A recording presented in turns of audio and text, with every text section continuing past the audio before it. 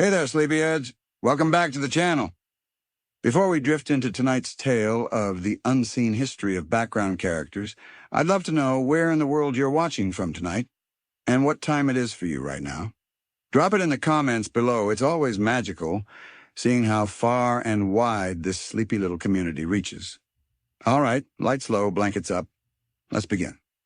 In the endless blue hush of the Ice Kingdom, the air itself seems to hum softly, like the faint vibration of a forgotten lullaby.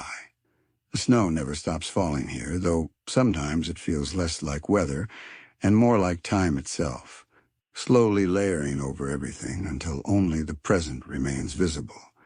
The Ice King's palace stands tall and glimmering, but if you listen closely, you might notice that its echoes are not of laughter or joy, but of movement of tiny feet padding over ice, of flippers shuffling gently in the cold. They are the quiet ones, the companions, the penguins who fill the silence when words fail their king. We see them often, waddling in neat lines, carrying trays, dusting icicles, or simply blinking with an air of confusion. Yet behind that cartoonish charm, there is a deeper rhythm, a shared existence between these creatures and the man who has long since lost himself to the crown.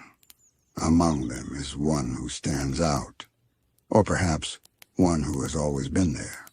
Gunter, a name spoken with both affection and exasperation, whispered and shouted by a lonely king whose heart has grown tired of remembering. Gunter, the first and the last. But who is Gunter, really? The Ice King seems to believe it's just his pet, a faithful little penguin who keeps him company. Yet those who peer closer into the lore of Ooo know that Gunter is not merely a penguin. Beneath that soft, round form lies the echo of something vast, something that predates kingdoms and crowns. In another time, in another life, Gunter was Orgalorg, the breaker of worlds, a cosmic being of immense power, cast down to Earth by entities older than stars, banished, diminished, and forced into a simple, humble body, a penguin. And perhaps that's the quiet tragedy that makes this creature so fascinating. Imagine for a moment being an ancient cosmic force now trapped in the body of something small and flightless, serving tea to a man who talks to himself in a frozen tower. Imagine remembering faintly the feeling of galaxies beneath your wings, and now you can only flap helplessly against the cold air of an ice cave. The Ice King calls, and Gunter comes running, not because of fear or duty, but something more mysterious. A thread of fate, maybe, a forgotten bond. The two of them, unknowingly, mirror one another. Both are remnants of greater beings fallen from grace. Both live in exile, lost beneath layers of personality that hide their true selves. When Simon Petrikov put on the crown, he became someone else, the Ice King. His mind splintered, his memories scattered like snowflakes in a storm. But something deep inside him must have recognized the loneliness of Gunter's curse. Perhaps that's why they found each other.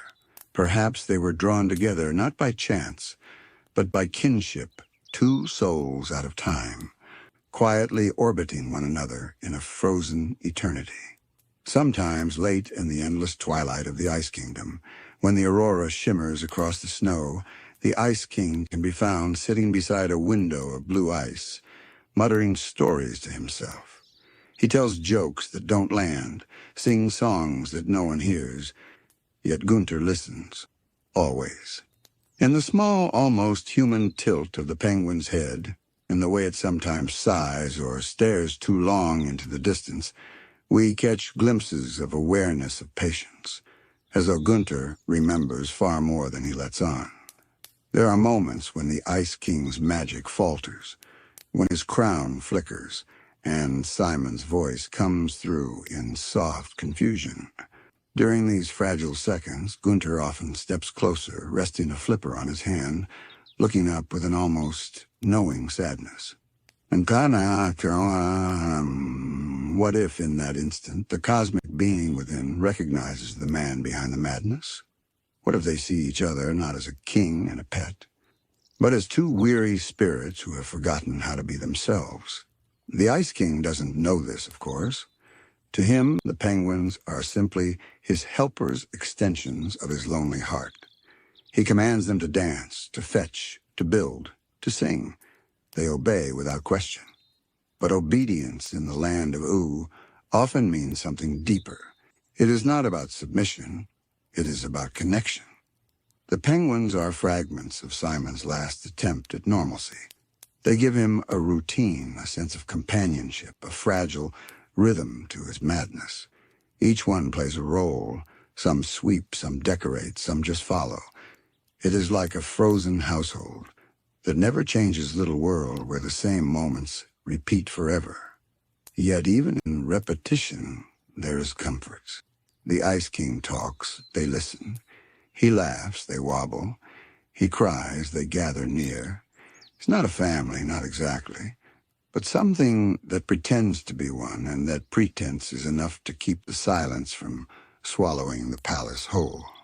Sometimes when he drifts into sleep, the Ice King dreams of warmth, of a woman's voice, of laughter that feels like sunlight. In those dreams, Gunter is not a penguin at all, but a shadow standing nearby, watching, as if guarding what's left of Simon's fragile soul. And when he wakes, confused and shivering, he finds the little penguins sleeping in a circle around him. Their soft breathing fills the chamber like the whisper of waves beneath ice. He doesn't remember why, but it feels right. Safe. There's something hauntingly beautiful about this endless cycle, the king and his flock, both unaware of the depth of their connection. The Ice King's madness may be tragic, but in it, he created a strange, enduring peace. His penguins are the quiet reminder that, even in isolation, life seeks company. Even the loneliest heart finds a way to surround itself with echoes of love. And perhaps, on some deep cosmic level, Gunter understands. Because when the Ice King is gone, when his voice fades and the tower grows still, the penguins remain. They waddle through the empty halls, humming softly, tending to their icy home as though keeping it alive for someone who might return. The snow falls outside endlessly. Inside, a single candle flickers, reflected in 100 shards of frozen glass. The penguins gather near it, their tiny shadows stretching long and soft across the walls. They do not speak. They never have to. Because in the kingdom of ice and memory, silence has always meant love. When morning comes, though, in the Ice Kingdom, morning is a relative thing. The world does not brighten. It simply softens. Pale light seeps through the frosted windows, glinting off the stalactites that hang like glass chandeliers. The Ice King stirs in his throne, tangled in a blanket made of patchwork cloaks, and the penguins are already awake, busying themselves with their little tasks. Some carry trays of cracked teacups. Others shuffle about with brooms far too large for their wings. A few simply stand and watch, waiting for the day to start, if such a thing can be said to exist in a place where time seems to loop endlessly. Gunter, as always, moves differently from the others, not with grace exactly, but with a strange purpose. There's an unspoken order to their world. The Ice King mumbles, the penguins obey. They repeat these motions day after day, as though playing out an ancient ritual neither of them remembers creating. Yet hidden within the routine is tenderness, a quiet choreography that feels almost sacred. When the Ice King drops his crown, Gunter retrieves it. When he grows agitated, the others form a small semicircle around him, murmuring soft little chirps that echo through the hollow corridors like gentle lullabies. It's easy to laugh at them, to see only their clumsy waddles and cartoonish antics. But beneath the comedy is something melancholic. Every small act of service, every simple movement, is filled with patience, as if these little beings understand more about the fragility of Simon's heart than he ever will. They are the caretakers of a broken soul, and perhaps of a broken world. Sometimes, when the blizzards outside grow fierce and the wind howls through the crystal arches, the Ice King plays his drums at a chaotic mix of cymbals and noise that he swears is music. The penguins gather to listen. They sway side to side, tapping their feet, pretending to enjoy it. And for a moment, the room feels alive again. There's laughter, movement, even joy. Then the song ends. The silence returns. The snow resumes its endless fall. It's in those pauses between sound and stillness that you can feel the history of the Ice Kingdom breathing through the walls. This palace wasn't always a place of madness. It was once built by Simon himself, his hands still human, his heart still yearning for connection. Every icy spire he created, every winding hallway was shaped with care. He didn't intend to make a fortress of loneliness. He meant to create beauty, to preserve something of himself against the decay of time. But as the crown's magic deepened its grip, beauty gave way to chaos. The lines blurred, memories melted. The man became the myth, and in that long unraveling, only the penguins remained constant, the one element untouched by the crown's corruption. They didn't age. They didn't question. They simply were. There's a theory, whispered among the scholars of those few who still study the quiet mysteries of the world, that Gunter's presence might have softened Simon's transformation. That without the penguins, the Ice King would have become something far darker, colder, more monstrous. But companionship, even when one-sided, has a way of anchoring the soul. Perhaps Gunter's quiet watchfulness held Simon back from complete oblivion. Watch how the Ice King looks at them when he thinks no one can see there's love there, clumsy and strange, but love nonetheless. He speaks to them as if they understand him fully, as if their silence is an answer he recognizes. And maybe it is. Maybe that's why, even in his madness, he never turns his wrath upon them. He can be cruel to strangers, reckless with friends, but never to his penguins. They are sacred in his own way of seeing. When night falls again, or when the world simply decides to grow darker, the Ice King calls his penguins close. He reads to them from old, tattered storybooks found half frozen in the snow. His voice trembles as he stumbles over words, sometimes replacing forgotten ones with nonsense. The penguins listen anyway. Their little eyes gleam in the firelight, as if enchanted by his voice. He tells them tales of princesses who never were, of lands he cannot quite remember, of adventures that may have only existed in his fractured mind. Yet through those tales we see glimmers of Simon the scholar, the lover, the man who once held an artifact, too powerful for any heart to bear.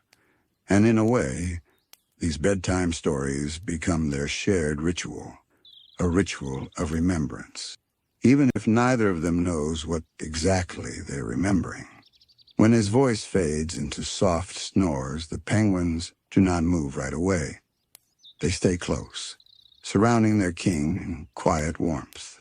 Outside, the aurora flickers ribbons of green and pink weaving across the heavens. The light spills through the palace windows, bathing everything in an otherworldly glow. For a brief moment, the Ice Kingdom doesn't seem lonely at all. In that glow, the penguins look almost divine ancient beings wearing simple shapes, keepers of a secret too old to name. The wind sighs, the ice creaks, and somewhere far away, perhaps the universe itself shivers in recognition. For even gods, or what's left of them, can feel affection. Even the smallest life, shaped by loss and silence, can hold back the darkness. And maybe that's what keeps the Ice King's heart from freezing completely. When the Ice King drifts into dreams, the world inside the palace slows almost to stillness. The torches flicker weakly, painting long shadows on the icy walls, and the penguins resume their quiet duties with the grace of creatures who have done the same tasks for centuries. They tidy the throne room, mend cracks in the floor, collect trinkets the Ice King dropped during the day, broken crowns, bent spoons, bits of glass that once meant something to him. Each object is handled with care as though sacred. To anyone else, these little gestures would seem meaningless. But for them, the act of keeping order is a way of preserving him, of keeping the Ice King tethered to the small rhythm of life. The penguins cannot restore Simon's mind, but they can maintain his world. And in the stillness of the night, it feels as though the palace itself breathes easier for it. Sometimes, one of the younger penguins, if such a thing exists in this strange family, will find a forgotten photograph, half encased in frost. It's of Simon and Betty smiling softly in a world that no longer exists. The penguin stares at the picture for a long while, as though trying to understand the meaning of the warmth frozen within it. Then, with quiet reverence, it places the photograph at the base of the Ice King's throne, where the candlelight can reach it. By morning, the Ice King will find it and perhaps remember nothing of who they are.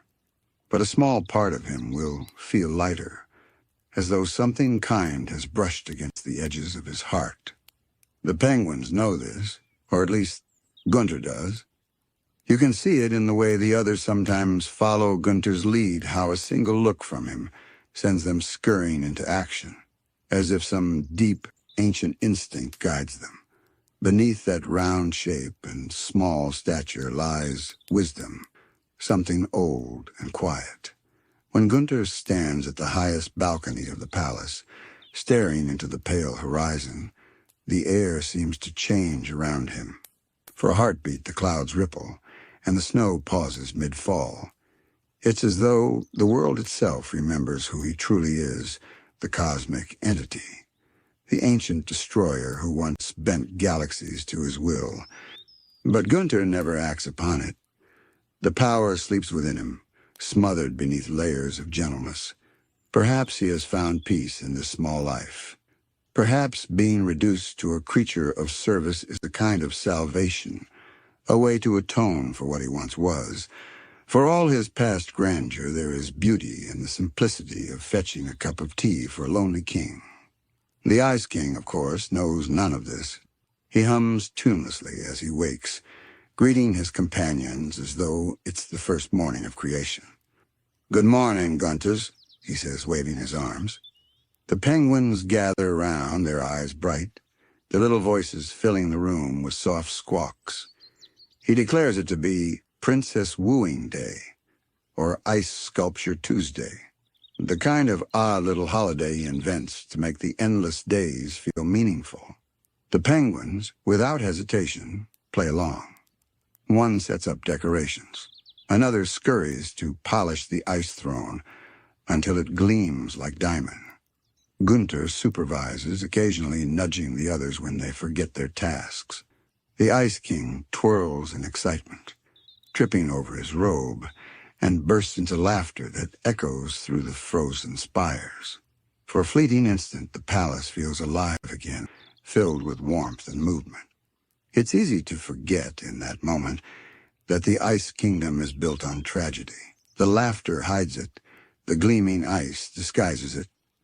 But if you listen closely beyond the cheer and the squeaks, you can still hear the sorrow humming beneath it all, low and constant, like the sound of wind in a hollow cave. There's an odd purity in this kind of sadness. It's gentle, unresentful, the kind that accepts itself like the snow accepts the cold. Perhaps that's what keeps the Ice King from crumbling entirely. Not joy, but this quiet companionship that refuses to leave him. The penguins do not try to fix him.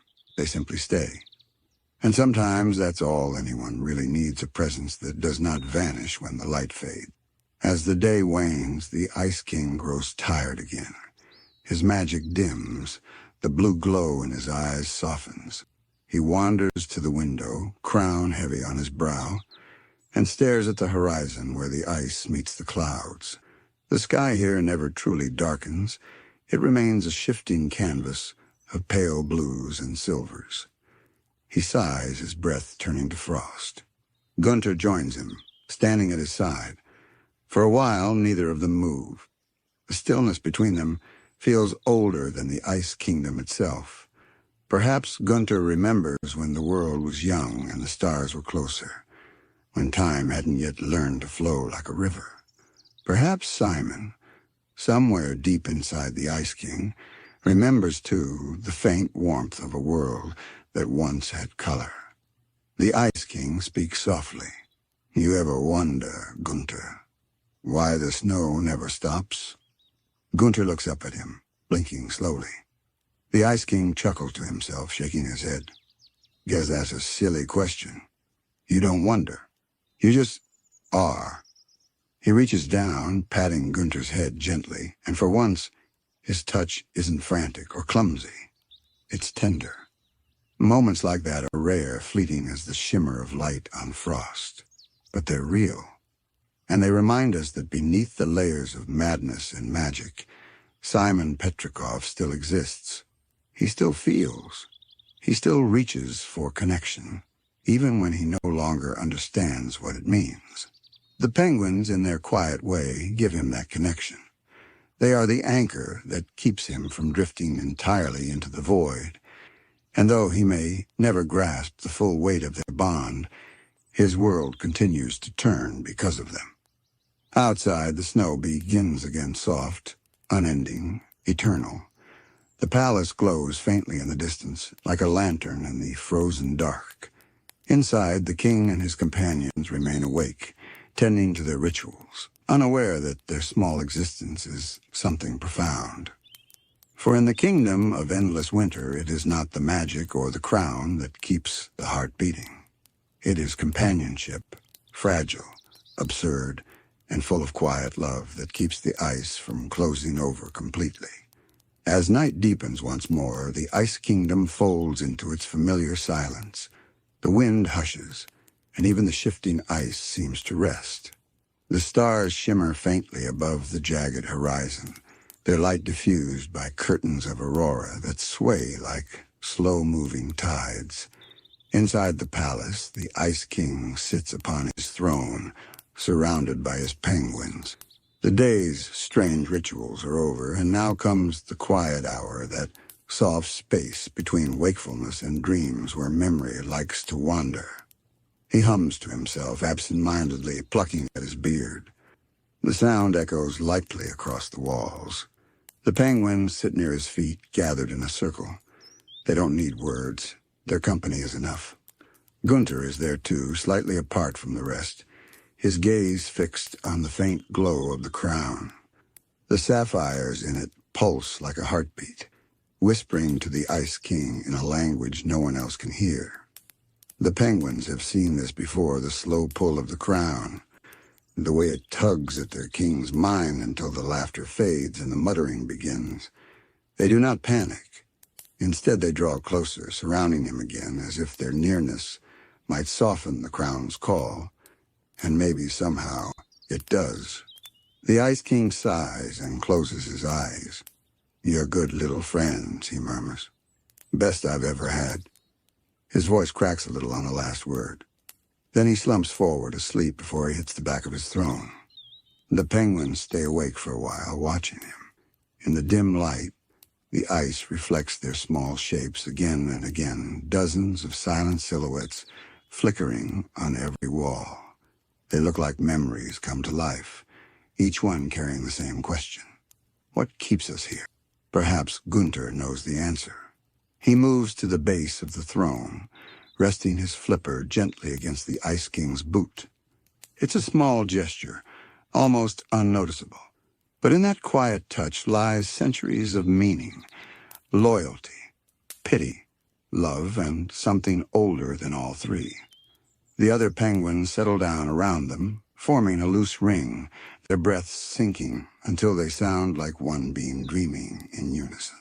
There's an old legend whispered in Ooo that when a great spirit is bound to a mortal world, it forgets its original purpose but keeps its heart. If that's true, then Gunter, the once mighty Orgelorg, has found his redemption not in destruction, but in gentleness. He no longer breaks worlds. He mends one fragile soul over and over every day, and perhaps in doing so, he heals himself. The camera of the mind drifts slowly through the palace, showing rooms frozen, mid-action, a spilled cup, a half-built ice sculpture, a wall of childish drawings pinned up with icicles. The Ice King made those, simple crayon sketches of himself surrounded by his penguins, smiling wide. The art of a lonely mind trying to imagine happiness. The drawings are crude but sincere, and the penguins, ever dutiful, keep them clean of frost. Even in madness he tried to capture warmth, and they, loyal as always, preserved it. Somewhere deep below the palace, through corridors no one visits anymore, there's a chamber filled with strange machinery relics from before the Mushroom War. The hum of their dying power still echoes faintly. The penguins come here sometimes, curious but cautious, waddling through the quiet maze of forgotten technology. They don't understand what any of it does, but instinct draws them to it. Maybe Gunter senses a kind of resonance, a reminder of the cosmos he once ruled, the vastness he has given up. He stands before an old, flickering monitor and watches static shimmer like distant stars. For a moment he is still, then he turns away, choosing the narrow tunnels that lead back up to the Ice King's chambers, back to the present, back to his chosen simplicity. Above, the Ice King stirs. He mumbles Betty's name in his sleep, and the crown flickers weakly. A single tear freezes on his cheek before it can fall. Gunter returns just in time to see it. He tilts his head, then climbs up onto the armrest of the throne, curling beside him like a guardian of dreams. The tear glints in the pale light, catching the color of the aurora through the ice. Outside, the storm has calmed. The snow drifts slowly down, so light it almost seems to float upward again, defying gravity. The Ice Kingdom is peaceful. For all its melancholy, there's comfort here, a strange, eternal rhythm that neither joy nor despair can fully break. Maybe that's the secret of the Ice King's penguins. They are not bound by time as others are. They live in a cycle of care, repetition, and gentle presence. Their existence isn't about progress or purpose. It's about continuance, about holding space for something fragile. They are living reminders that even madness can have a kind of grace. And so, night after night, they repeat the same quiet rituals. They guard their king. They mend his broken world. They listen when he speaks nonsense and smile when he forgets who they are. They don't ask for change or reward or understanding. They simply stay. In the Land of Ooo, where so much is chaotic and loud, their silence is its own kind of power. The Ice King's story may be tragic, but it is not empty. It is filled with the soft persistence of love, not the grand romantic kind, but the simple, enduring kind that survives even when memory fades. And when dawn comes again, the slow blue dawn of a world forever frozen, the penguins will wake before him, ready to start another day. The snow will fall, the laughter will return, and for another fragile moment, the Ice Kingdom will live. Because sometimes that's all eternity really is. 1,000 small kindnesses, repeated endlessly in the cold. The cold fades away, and with it, the echoes of the Ice Kingdom dissolve into gentle birdsong. The air grows warmer, touched with the scent of honey and moss. The snow beneath our feet softens into grass, dotted with sunlight that flickers through 1,000 green leaves. We have drifted to the south to a quiet meadow where time seems to hum instead of tick, where life has forgotten how to hurry. Here, beneath the shade of a great apple tree, sits an elephant, with skin the color of soft gold and eyes that seem to remember everything and nothing at once. Her name, as we know it, is Tree Trunks. But before she ever met Finn and Jake, Before her apple pie became famous in the Candy Kingdom, Tree Trunks was simply a dreamer. She wasn't always old, though. She's always been gentle. Once her steps were quick, her voice brighter. She carried herself with the confidence of someone who had seen 1,000 little wonders and wanted to see 1,000 more. She wasn't built for battle or adventure. Yet adventure always seemed to find her tucked in the corners of her curiosity, hidden in the glitter of the unknown. In her youth, the world was still rebuilding. The Mushroom War had long ended, but its ghosts lingered quietly in the soil. Patches of old metal and glass peeked through the grass, remnants of a civilization that had burned itself away. Tree Trunks, even then, seemed unafraid of it. While others avoided those relics, she would wander among them, humming softly, picking flowers that had grown from the cracks of the old world. She never feared the past. She understood that even ruins could bloom again. Her orchard came later, a dream she had carried since she was small. She imagined rows upon rows of apple trees, each one a promise of sweetness in a world that had forgotten simple things. But before she found her home, Tree Trunks traveled. Few remember that part of her story, but there was a time when she roamed the edges of Ooo with nothing but a basket of seeds and a stubborn smile. She journeyed through candy fields and deserts of glass, through forests where the trees whispered in languages older than sunlight. She met creatures who would later fade into legend, a talking mole king who traded dreams, a wandering snail who carried a broken compass, even a young princess made of gum who was just learning how to build kingdoms. Tree Trunks listened to them all, and in her quiet way, left each place a little softer than she found it. But not all her travels were kind. There were darker paths to stretches of land where the earth still trembled from the war, where machines half buried in sand blinked faintly like dying stars. She would stop there sometimes, brushing the dust from their metal faces, whispering to them as if to comfort whatever fragments of life remained inside. There was sadness in her then, though she never let it show. She understood loneliness, even if she couldn't name it. And perhaps that's why her apples taste the way they do, like sweetness built over sorrow, like patience that has outlasted centuries. There are stories, half lost to time, of Tree Trunk's first love. Not the husband she later married, nor any of the suitors who passed through her orchard, but someone from before, a traveler like herself. They met, it's near the fire swamps, where the air shimmered like molten glass. He was a tinkerer, a builder of small, impossible things, wind chimes that sang without wind, clocks that ticked to the rhythm of a heartbeat. Tree Trunks fell in love with the gentleness in his work, the way he spoke to his inventions as though they were children. For a while they traveled together. She planted seeds, he fixed broken things, and between them grew a quiet companionship that needed no grand declarations. But as all stories in Ooo seem to do, theirs found its end in a moment both tragic and strange. The man disappeared, perhaps, into the war ruins, perhaps into time itself. Some say he went searching for a machine that could restore the old world and never returned. Others say he simply wandered too far and forgot his way back.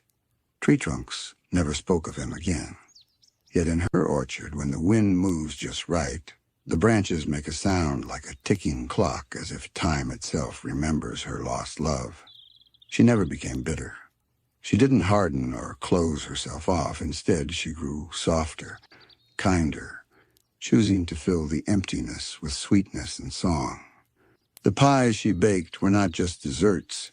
They were her way of offering comfort to a world still trembling from what it had endured.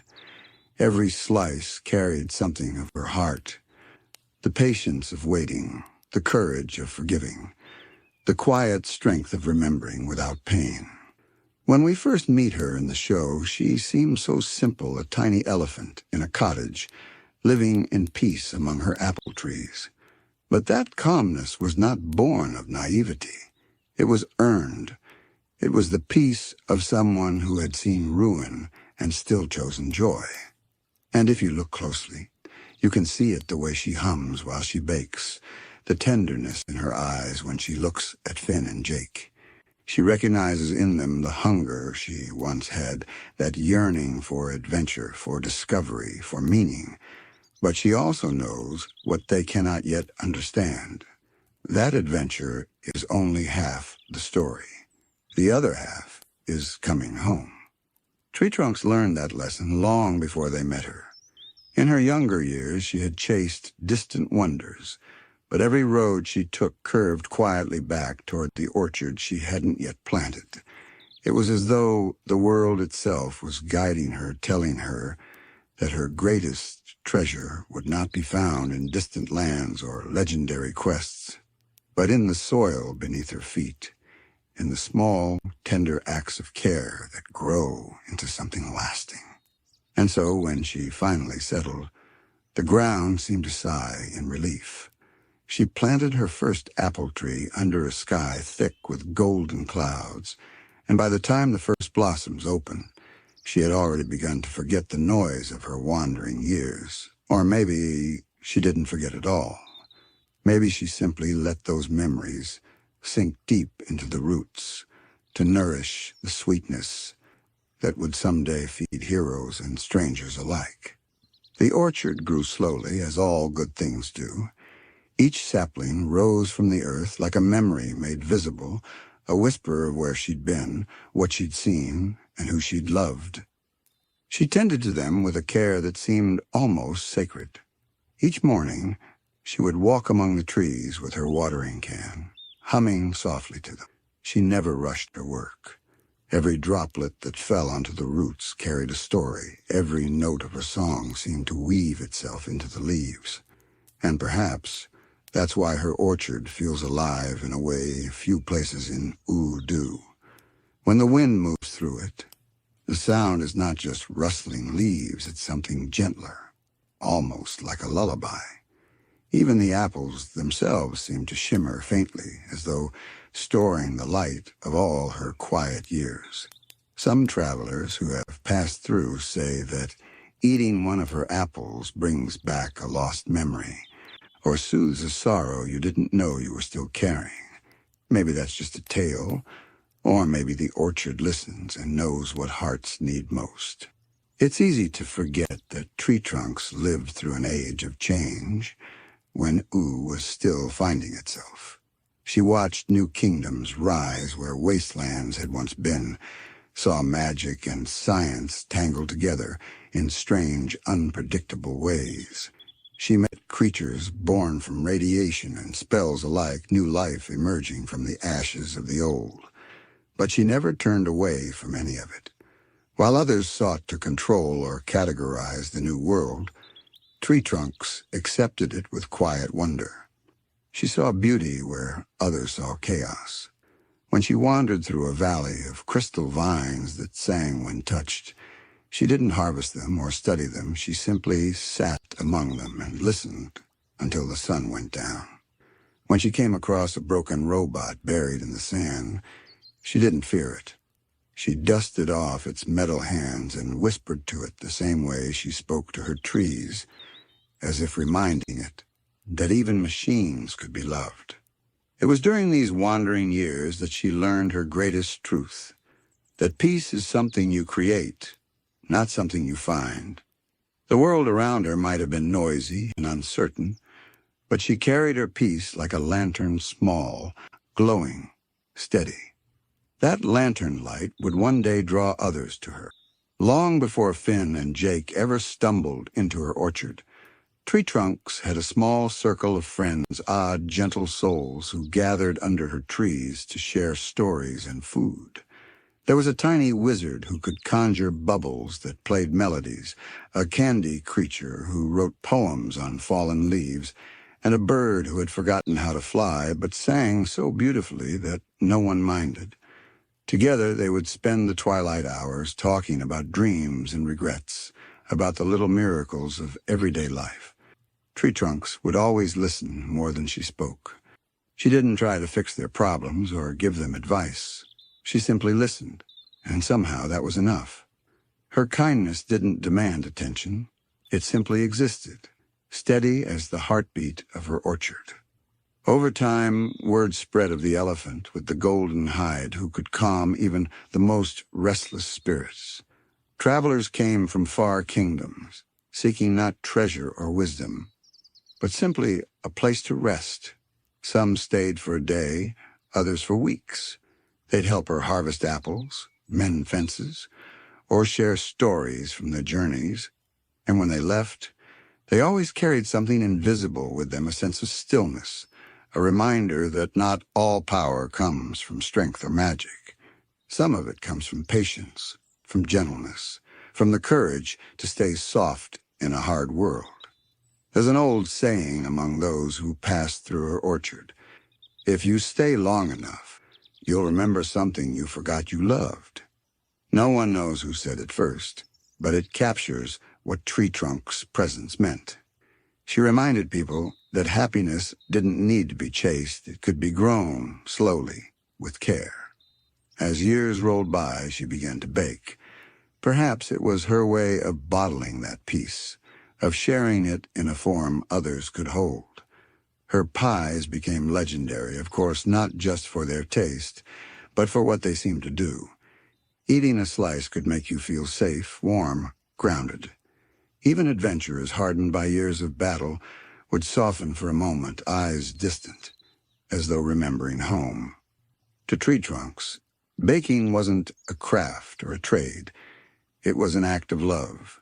She once said in her gentle voice that a pie is like a story. It takes time. It needs warmth, and when it's ready, it's meant to be shared. That's the essence of her spirit. Everything she touched, from the soil beneath her trees to the crust of her pies, carried the same quiet message, that joy is something we make and give away freely. But there's another layer to her story, one that lies beneath the sweetness.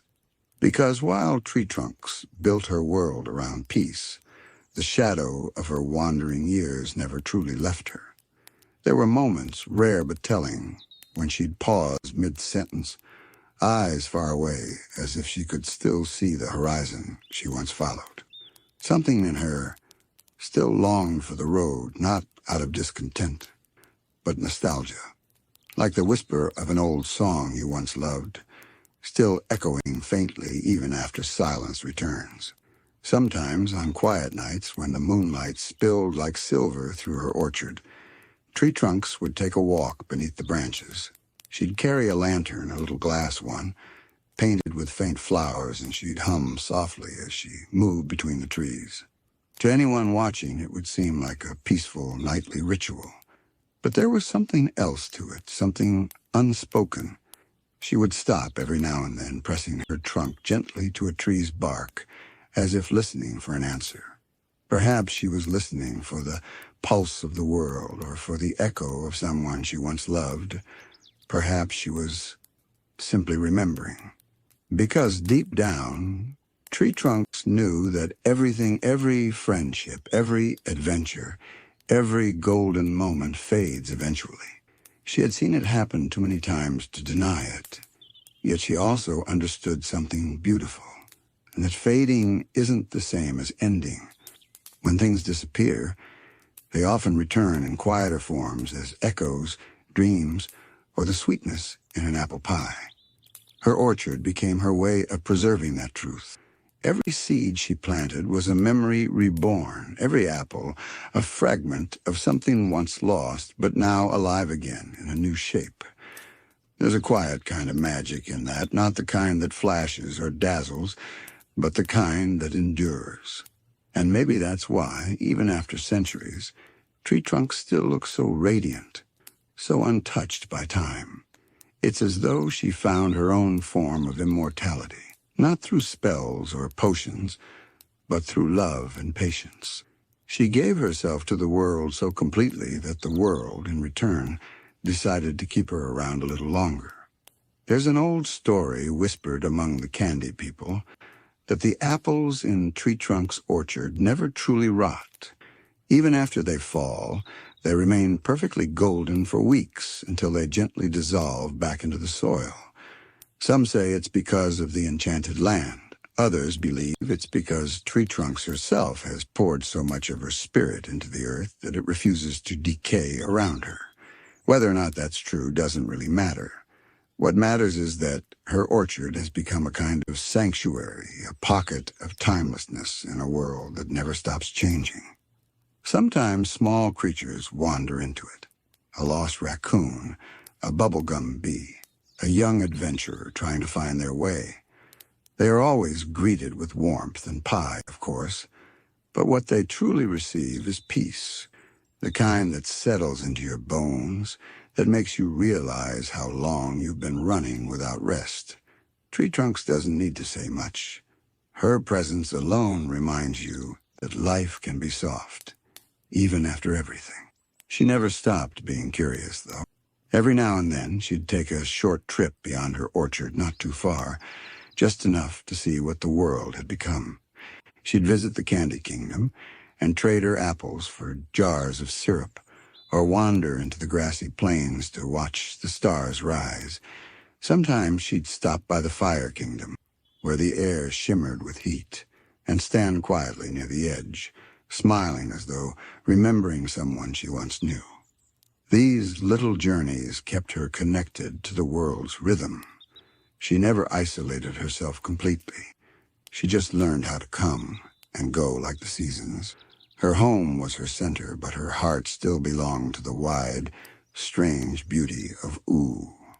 And though she never sought power, her influence quietly rippled across the land. A generation of young heroes, Finn, Jake, and even others we never meet, carried a piece of her kindness with them. The simple lessons she embodied took roots. That strength and gentleness aren't opposites. That adventure isn't just about slaying monsters, and the true courage sometimes looks like staying put, tending to what you love. If we look at Tree Trunks through the lens of Oo's history, she's almost like a living bridge connecting the ruins of the old world to the harmony of the new. Her orchard grows where the soil was once scarred by the Mushroom War. Her peace stands where chaos once reigned. In that sense, she's not just a background character. She's part of the planet's quiet recovery. Her life, unassuming and tender, represents the slow healing of a world that has suffered too much. And when we see her laughing or baking in her tiny kitchen, it's easy to forget all that to see her only as comic relief, the eccentric old elephant with a fondness for adventure and romance. But beneath that surface is something profound, a story of survival through softness. In a world rebuilt from ashes and radiation, Tree Trunks became a symbol of renewal, not through might, but through nurture. It's no wonder that the Candy Kingdom holds her in such high regard. Princess Bubblegum, though scientific and logical, has always shown her a quiet respect. She recognizes what Tree Trunks represent, something that can't be manufactured in a lab, a kind of resilience born from kindness, from choosing joy despite everything. And maybe that's why, when Finn and Jake later appear in her life, Tree Trunks welcomes them not as strangers, but as echoes of her younger self. She sees in Finn the spark she once carried, that fierce need to explore, to make sense of the unknown. And in Jake, she recognizes a softness, a loyalty that reminds her of the friends who once gathered under her trees. She doesn't scold them for their recklessness. Instead, she feeds them, because that's her way to meet energy with calm, restlessness with nourishment, and youth with patience. Every time she hands them a slice of apple pie, it's more than food. It's a small act of remembrance, a silent offering from one wanderer to another, saying, "You'll understand one day. The road leads home eventually." And that lesson, that the road always finds its way home, became the quiet thread woven through the rest of Tree Trunk's life. For all her quirks and eccentricities, She never lost her sense of gratitude for the simple things, the hum of bees among blossoms, the comfort of a pie cooling on a windowsill, the way twilight softens the edges of everything. These were her treasures, the little anchors that kept her steady no matter how strange or unpredictable the world around her became. There were still moments when she longed for the thrill of discovery, a flicker of the old wanderer's heart that stirred whenever she heard of distant lands or mysterious ruins. But even then, she didn't let that longing turn into regret. Instead, she tended to it the same way she tended to her trees, gently, with patience. Sometimes, she'd write letters to herself, small notes tucked into jars and hidden among the roots of her orchard. Words like, "keep shining," or "you've already seen enough to last a lifetime." They weren't reminders born from sadness, but gratitude, a way of honoring who she had been while accepting who she'd become. The forest around her began to change, as everything in Ooo does. Strange plants crept in from distant regions. New species of animals began to make their homes near her orchard.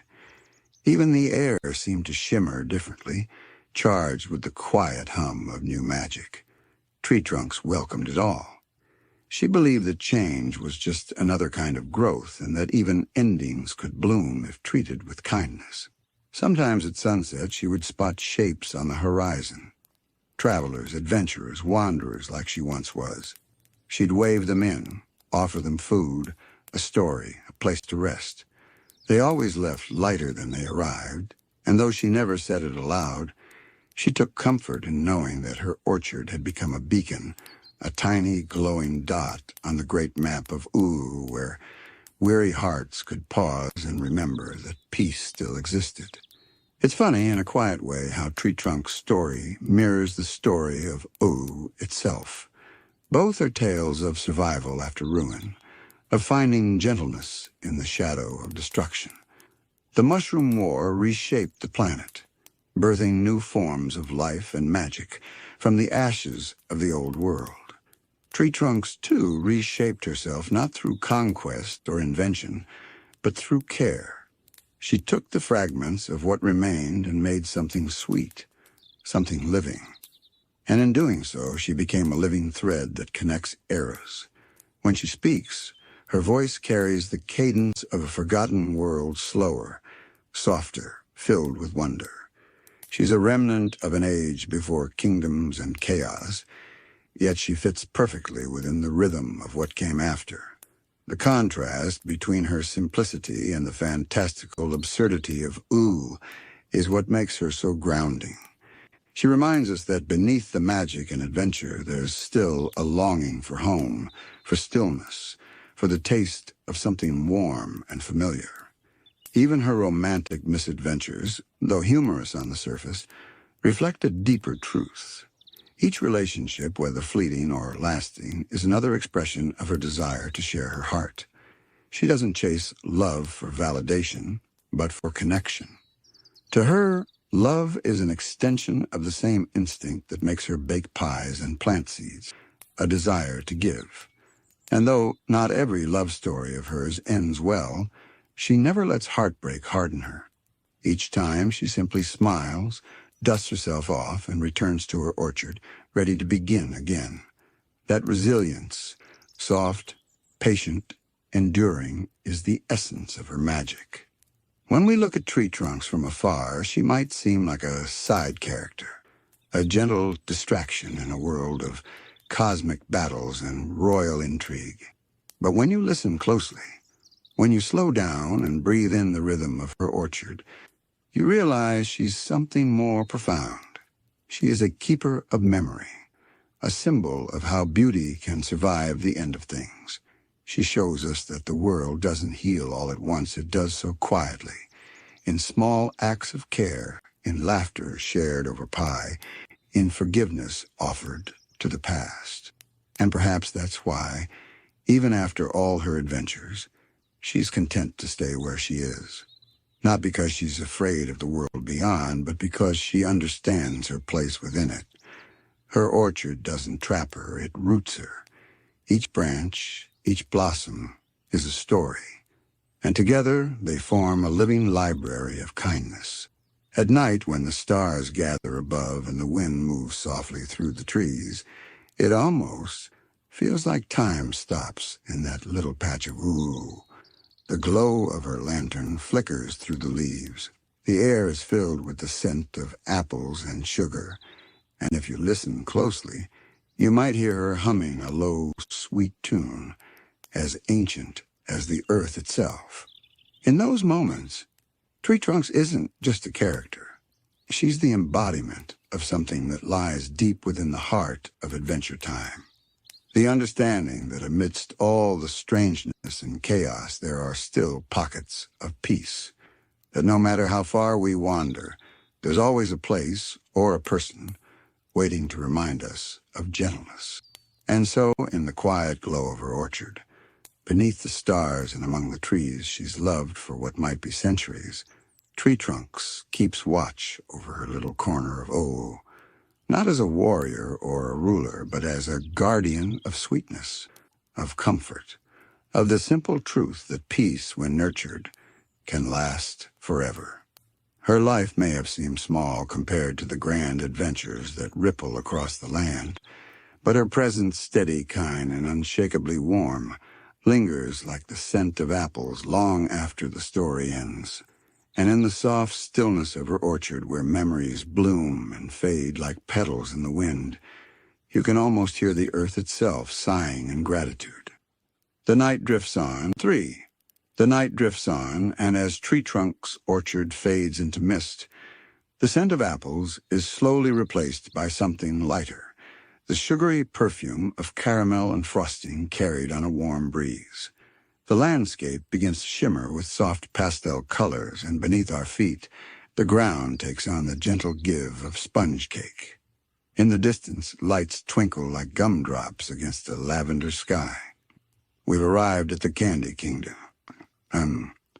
It's easy to think of this place as one great shimmering confection, a city of bright towers, happy faces, and endless feasts. To most who visit, it feels like a dream made of sugar, where nothing bad could possibly happen. But as with everything in Ooo, the Candy Kingdom holds more than meets the eye. Behind its bright frosting and cheerful smiles are stories, seldom told stories, of the quiet citizens who live between the palace walls, in the narrow streets and soft corners where life moves slowly and sweetly. Tonight we'll wander through those hidden places, the quiet kitchens, the sugarcane alleys, the gentle hum of life beneath the pink glow of the castle spires. Because even in a kingdom ruled by science and sweetness, there are hearts and histories tucked away, unseen but still beating softly beneath the candy shell.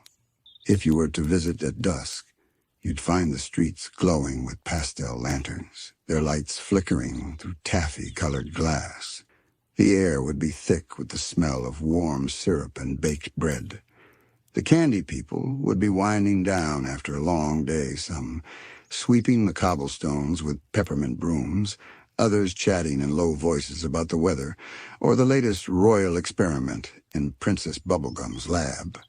They look so simple, these citizens, living confections made of sugar, dough, and cream. But each one carries within them a spark of strange vitality. The Candy Kingdom isn't just a city, it's a living organism. Princess Bubblegum created her people with care and precision, infusing them with life through a mixture of science, magic, and something harder to name. Some call it love. Others might call it obsession. But whatever it is, it gives each candy person a soul, a consciousness that feels and dreams, even if they don't always understand why. Take the peppermint butlers of the lower quarters, for example. Not the peppermint butler, the one we know, the mysterious servant of dark powers, but the many peppermint kin who share his form. Most live ordinary lives, managing the archives or tending to the royal gardens. But there are whispers among them, faint legends passed down like bedtime stories, about the first of their kind, the one who served the princes through countless ages, Some say that his shadow still lingers in their dreams, whispering secrets of the underworld in the dead of night. Then there are the marshmallow bakers who live near the bubbling sugar rivers. They work quietly, their soft hands sculpting sweets for the kingdom celebrations. To the untrained eye, they seem perfectly content, their faces fixed in smiles, their voices always kind. Yet, if you linger in their bakeries long enough, you'll notice the songs they hum while they work haunting, almost melancholy tunes that no one remembers teaching them. Some say those songs are echoes from before they were born, fragments of sound carried over from Princess Bubblegum's early experiments, as though their very creation remembers the uncertainty of existence. Farther down, near the Jelly Bean Quarter, life is more carefree. The air there smells like fruit punch, and laughter spills from open windows.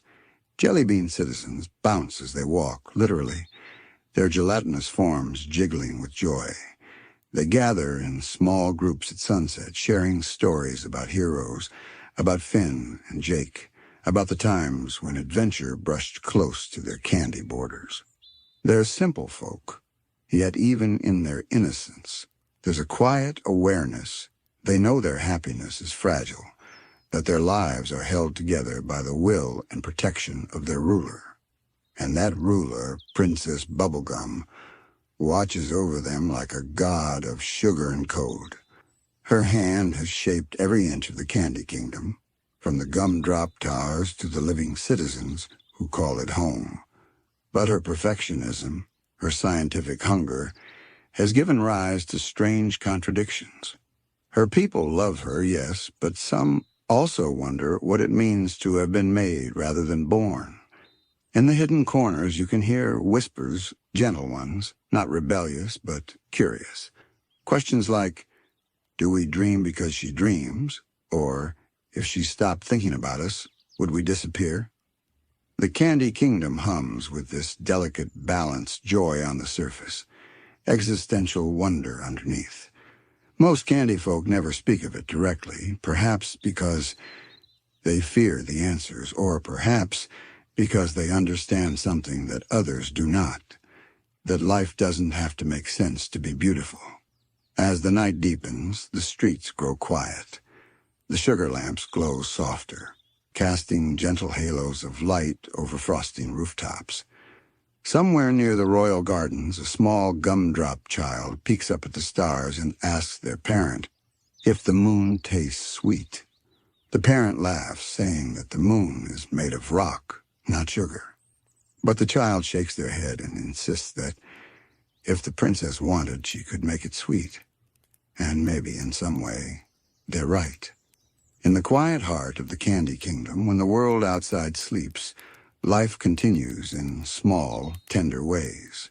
Inside the castle walls, the air hums faintly with the sound of bubbling concoctions. Deep within the royal laboratories, strange machines tick and whir, powered by pink energy that glows like captured sunlight. But outside those grand chambers, the true life of the kingdom breathes more softly. A cluster of taffy-coated lanterns hangs over the main plaza, flickering in rhythm with the heartbeat of the city. The streets are still alive at this hour, not with noise, but with movement. Gumdrop vendors quietly pack away their stalls, their gelatin fingers sticky with syrup. Cotton candy clouds drift low overhead, occasionally shedding wisps that float gently to the ground like pastel snow. A caramel-coated guard makes his nightly rounds, humming softly under his breath, the tune warped by his sticky lips. There's a certain comfort in this order. The Candy Kingdom may sparkle with cheer, but its sweetness is held together by routine. Every citizen, from the smallest gum baby to the most refined butler, understands their rhythm when to wake, when to bake, when to rest. And yet if you pause long enough, you'll feel something beneath that rhythm, a pulse, not of fear or control, but of longing, a quiet yearning that runs through the sugar-brick streets like an invisible current. Because even though these candy citizens were created They have learned to feel, to wonder, to question, to dream. Some spend nights by the edge of the gumball lake, staring into their reflections, trying to see what lies beneath their sugar-smooth surfaces. They speak softly to each other, pondering where their souls might come from. They talk about the princess, about how she built them from science and love, and how, perhaps, that makes them both artificial and real. In one small neighborhood near the edge of the kingdom lives a family of fudge folk.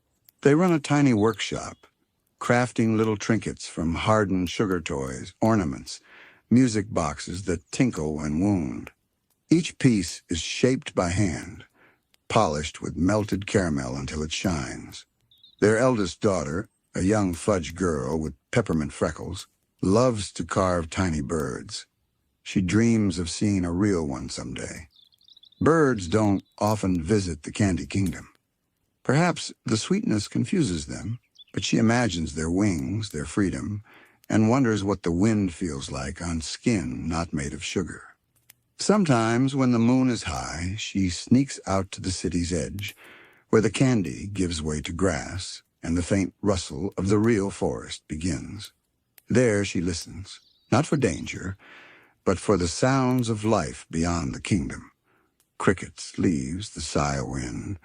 She says it feels like listening to the heartbeat of the world, something older than sugar, older even than the princess herself.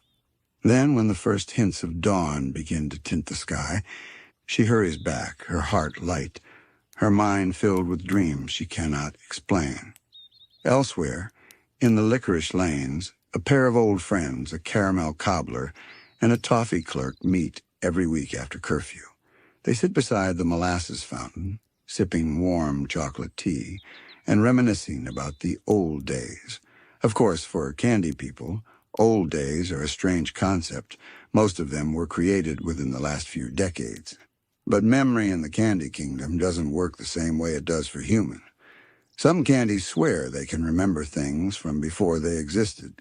Images of barren landscapes, flashes of light, a sound like thunder breaking the sky. Princess Bubblegum has dismissed these as echoes of the genetic material used in their creation scientific anomalies, nothing more. But to the candy folk they feel sacred, like faint recollections of a life they never lived. Maybe it's the memory of sugar itself, the way it once came from plants that reached for sunlight, or fruits that fell from trees before the world changed. Whatever the truth, these strange dreams give the candy people a quiet soulfulness, a sense of belonging to something much larger than their bright, contained world. And despite the perfection of their society, not every corner is tidy or sweet. Near the outer walls, where the candy coating begins to crack and fade, there are places the princess rarely visits. The Crumb District, they call it, a collection of old, worn-down homes made from the first candy bricks she ever molded. The residents there are older too, their sugar fading, their edges dull. They remember the days before the castle towered so high, before the air smelled constantly of marshmallow. They live slower lives, content with simplicity. But there's a wisdom in those crumbs, a deep understanding of impermanence. They know that even sweetness must fade, that one day the sugar might melt, the frosting might crumble, and yet they're not afraid. They've seen enough to understand that when one form dissolves, another always takes its place, that even the softest sweetness can leave behind something lasting, the memory of warmth. There's a gentle magic to the Candy Kingdom that few ever notice, a rhythm that hums beneath the laughter and color, beneath the careful order that Princess Bubblegum maintains. In every corner of that pastel world, life stirs quietly. It's not just the busy citizens or the noble guards who keep it alive, but the overlooked ones, the background souls who fill the spaces between the stories. In a little alley near the Peppermint Clock Tower, there's a caramel musician who plays every evening as the lights fade. His instrument is a violin strung from spun sugar, and though it melts slightly under his touch each night, he keeps playing. The sound is delicate, fragile, a lullaby made of sugar glass. The music drifts through the alleyways, bouncing off frosting-coated walls, reaching the ears of those closing up shops or sweeping the plaza. He never performs for attention. He just plays for the air itself, for the sweetness of the moment before it's gone. Sometimes, a few gumdrop children gather near his corner, clutching paper cups filled with liquid chocolate. They listen in silence, eyes wide and soft, their sugar hearts beating in rhythm with the song. And when he finishes, they don't clap, they simply smile, as if afraid to disturb the peace his music has left behind. The musician nods to them, melts a little more, and disappears into the night, ready to reform the next day and do it all again. It's easy to forget that the Candy Kingdom isn't all happiness. Beneath its shimmer lies quiet melancholy, a sweetness tinged with fragility. Many of its people live knowing they were created, not born. They exist because their princess dreamed them into being. Some are grateful. Others quietly question what it means. When your life is the result of another's will, does that make your dreams any less your own?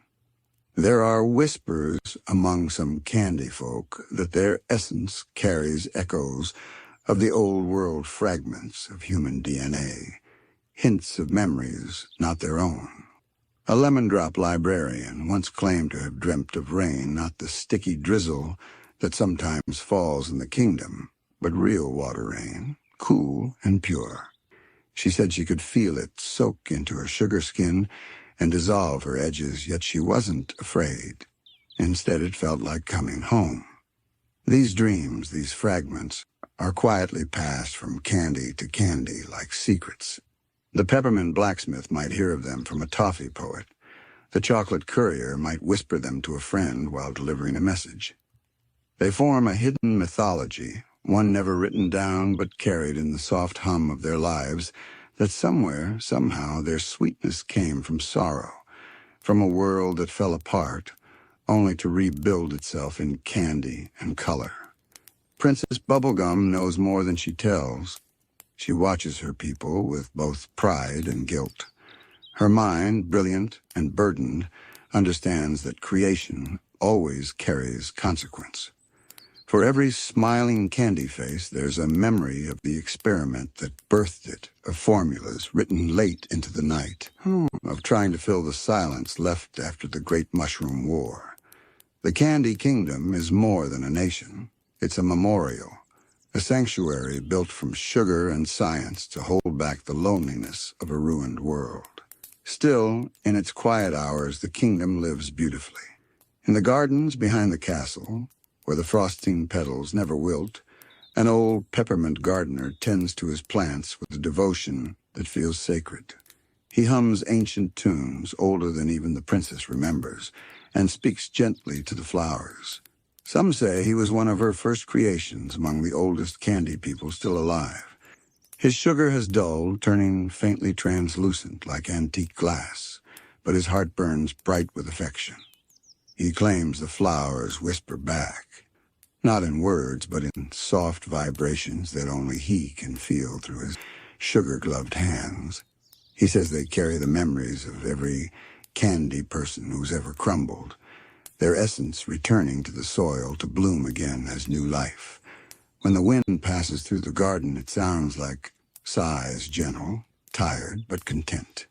He listens to them and nods, promising to keep their stories alive. And so the Candy Kingdom breathes quietly, constantly like a dream that refuses to end. Beneath the frosting towers and candy-coated skies lies a truth both beautiful and bittersweet, that all sweetness fades, but while it lasts, it fills the world with warmth, that even in a kingdom of sugar, the hearts beating inside are real, and that their longing, their kindness, and their quiet melancholy are what make them truly alive. When you look closely, every background, candy citizen, every gumdrop, fudge folk, licorice soul, is part of a grand, tender symphony. They may not stand beside Finn or Princess Bubblegum in the stories we know, but they give those stories depth, a heartbeat, a quiet reminder that even in the sweetest worlds, life hums softly in the margins. There's a strange stillness that settles over the Candy Kingdom at night, not the silence of emptiness, but the hush of a world catching its breath. The lights along the gumdrop streets dim to a soft, honeyed glow, and the chatter fades to a comforting murmur. From the highest window of her tower, Princess Bubblegum looks out at her creation, every shining roof, every sugar path, and listens to the faint hum of the city below. She doesn't need to sleep, not really, but she lingers there, watching. Down below, the citizens dream. In their tiny candy homes, made of gingerbread and marzipan, they drift between waking and rest, their minds weaving visions in pastel shades, dreams of laughter and festivals, of rivers of melted chocolate, of the soft thrum of existence. But there are deeper dreams, too, ones that the princess never intended them to have. Dreams of growing old, of melting away, of becoming something else. Some candy people wake in the night with sugar tears on their cheeks, unable to explain why. In a quiet corner near the jelly bean gardens, a small cinnamon bun named Rila keeps watch while the rest of her neighborhood sleeps. She works as a lamplighter, tending the syrup-fueled lanterns that line the cobblestone streets. Every night she moves from lamp to lamp, refilling their little sugar reservoirs, making sure the glow doesn't fade. It's a small, humble job, one most overlook, but to her it feels sacred. She says she can hear the lamps talk when they flicker. Their light pulses in soft rhythms like breathing. Sometimes they hum tunes, faint and nostalgic, as if remembering the sunlight that once touched the world before the candy came. She doesn't tell anyone this, not even the guards who pass by with polite nods, but she believes the lights remember. They remember the warmth that once came from a real sun, the kind that didn't taste of sugar. And as she moves through the sleeping streets, Rila hums back. Her voice is gentle, the kind that melts easily into the still air. Her song tells of sweetness and sorrow, of a kingdom both alive and fragile. When she finishes her round, she always ends up by the peppermint fountain in the plaza. There she sits for a while, dipping her hands into the slow swirl of red and white liquid, and thinks about what it means to live in a world made of things that can melt. The candy folk rarely speak of death. To them, crumbling or dissolving is simply part of the cycle, a return to the sugar from which they came. When a citizen fades, their remains are gathered and mixed into the soil that grows the next generation of candy plants. Life and sweetness continue, endlessly reshaping. There is comfort in that, a soft reassurance that no sweetness is ever truly lost, only transformed. Some nights, when the stars above the kingdom seem especially bright, it's almost as if the whole city is dreaming together. The wind hums through the licorice trees, the frosting roofs glimmer faintly, and the air smells faintly of vanilla and nostalgia. If you listen closely, you can almost hear their collective heartbeat, the sound of countless little souls, content to exist in a moment of peace. Far away from the bustling center, where the candy gives way to grass and soil, a lone gumdrop traveler sometimes stands at the edge of the great peppermint wall, gazing out toward the dark horizon. Beyond that lies the wilds, the forests, the ruins, the remnants of the old world. Few candy people ever venture there. It's too uncertain, too rough for their delicate forms. But the traveler comes every few nights, not to leave, but simply to look. He says he can feel something calling from beyond the wall, a pull not of fear, but of curiosity. Perhaps it's the echo of the world that came before, or perhaps it's the part of him that still remembers what it means to seek. In the stillness, he wonders if even candy can dream of freedom, not freedom from the kingdom, but freedom to imagine something more. Back in the castle, the princess finally turns away from her window. She knows that her creation isn't perfect, that even sweetness can carry sadness within it. But she also knows that, in its own strange way, the Candy Kingdom represents hope, a world rebuilt from ruin, a second chance shaped in sugar and light. She believes that if her citizens can love, can dream, can care for one another in their soft, fragile lives, then perhaps that's enough. The night deepens, the lanterns dim, and the kingdom settles once more into its slow, steady rhythm. Somewhere, a musician begins to play his sugar violin again, and the sound drifts upward, finding its way through open windows and caramel-scented air. It reaches the lamplighter, the gardener, the traveler, all those quiet souls who make up the unseen heart of the Candy Kingdom. Their stories may never be told in grand adventures. They may never stand beside heroes or villains. But they are the world that makes those stories possible, the sweetness that holds the kingdom together, the warmth that lingers after the laughter fades. And as the final notes of the violin echo into the night, the Candy Kingdom sleeps dreaming softly, as all living worlds do of the gentle promise of morning. Tonight, we're venturing somewhere quieter. Not the kingdoms or castles, not the heroes or their quests, but into the invisible places, the still corners of Ooo, where eyes sometimes linger without reason, where shadows stretch just a little too long, and where presence hums faintly in the air like static before rain. These are the spirits of Ooo, not ghosts in the fearful sense, but watchers, gentle, timeless witnesses to the world's endless change. They move in the spaces between events, lingering on the edges of stories, half seen behind trees or frozen in the backgrounds of memories. They're there when Finn and Jake walk through ancient ruins. They're there when magic shimmers across the land. They're always there, watching, remembering.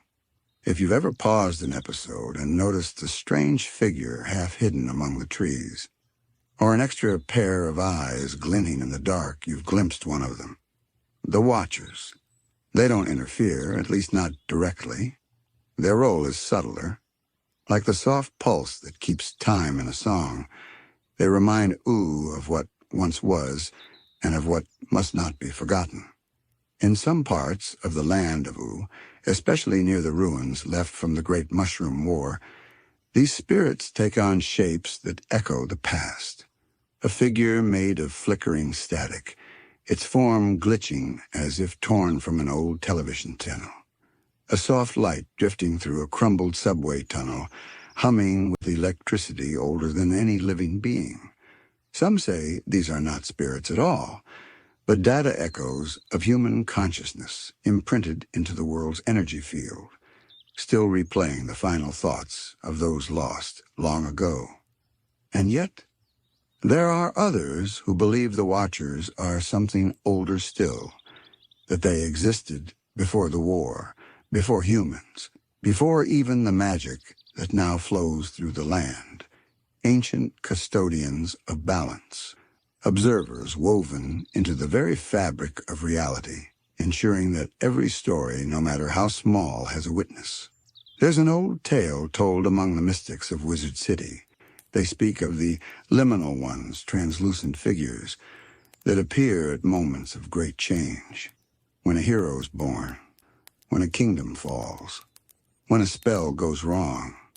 They don't act, but their presence marks the turning point, as if silently confirming that the world has shifted.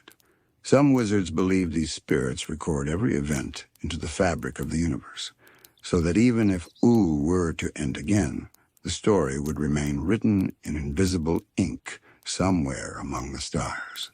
But not all Watchers are grand or cosmic. Some are small, almost friendly. In the forest near the Candy Kingdom, tiny beings made of dust and light flit between the trees. They resemble fireflies, but if you look close, you'll see their shapes shift sometimes into the outline of a face, sometimes into symbols that vanish as soon as you notice them. The grass they pass over grows brighter for a moment, as though remembering sunlight. The air where they fly smells faintly of old books and static.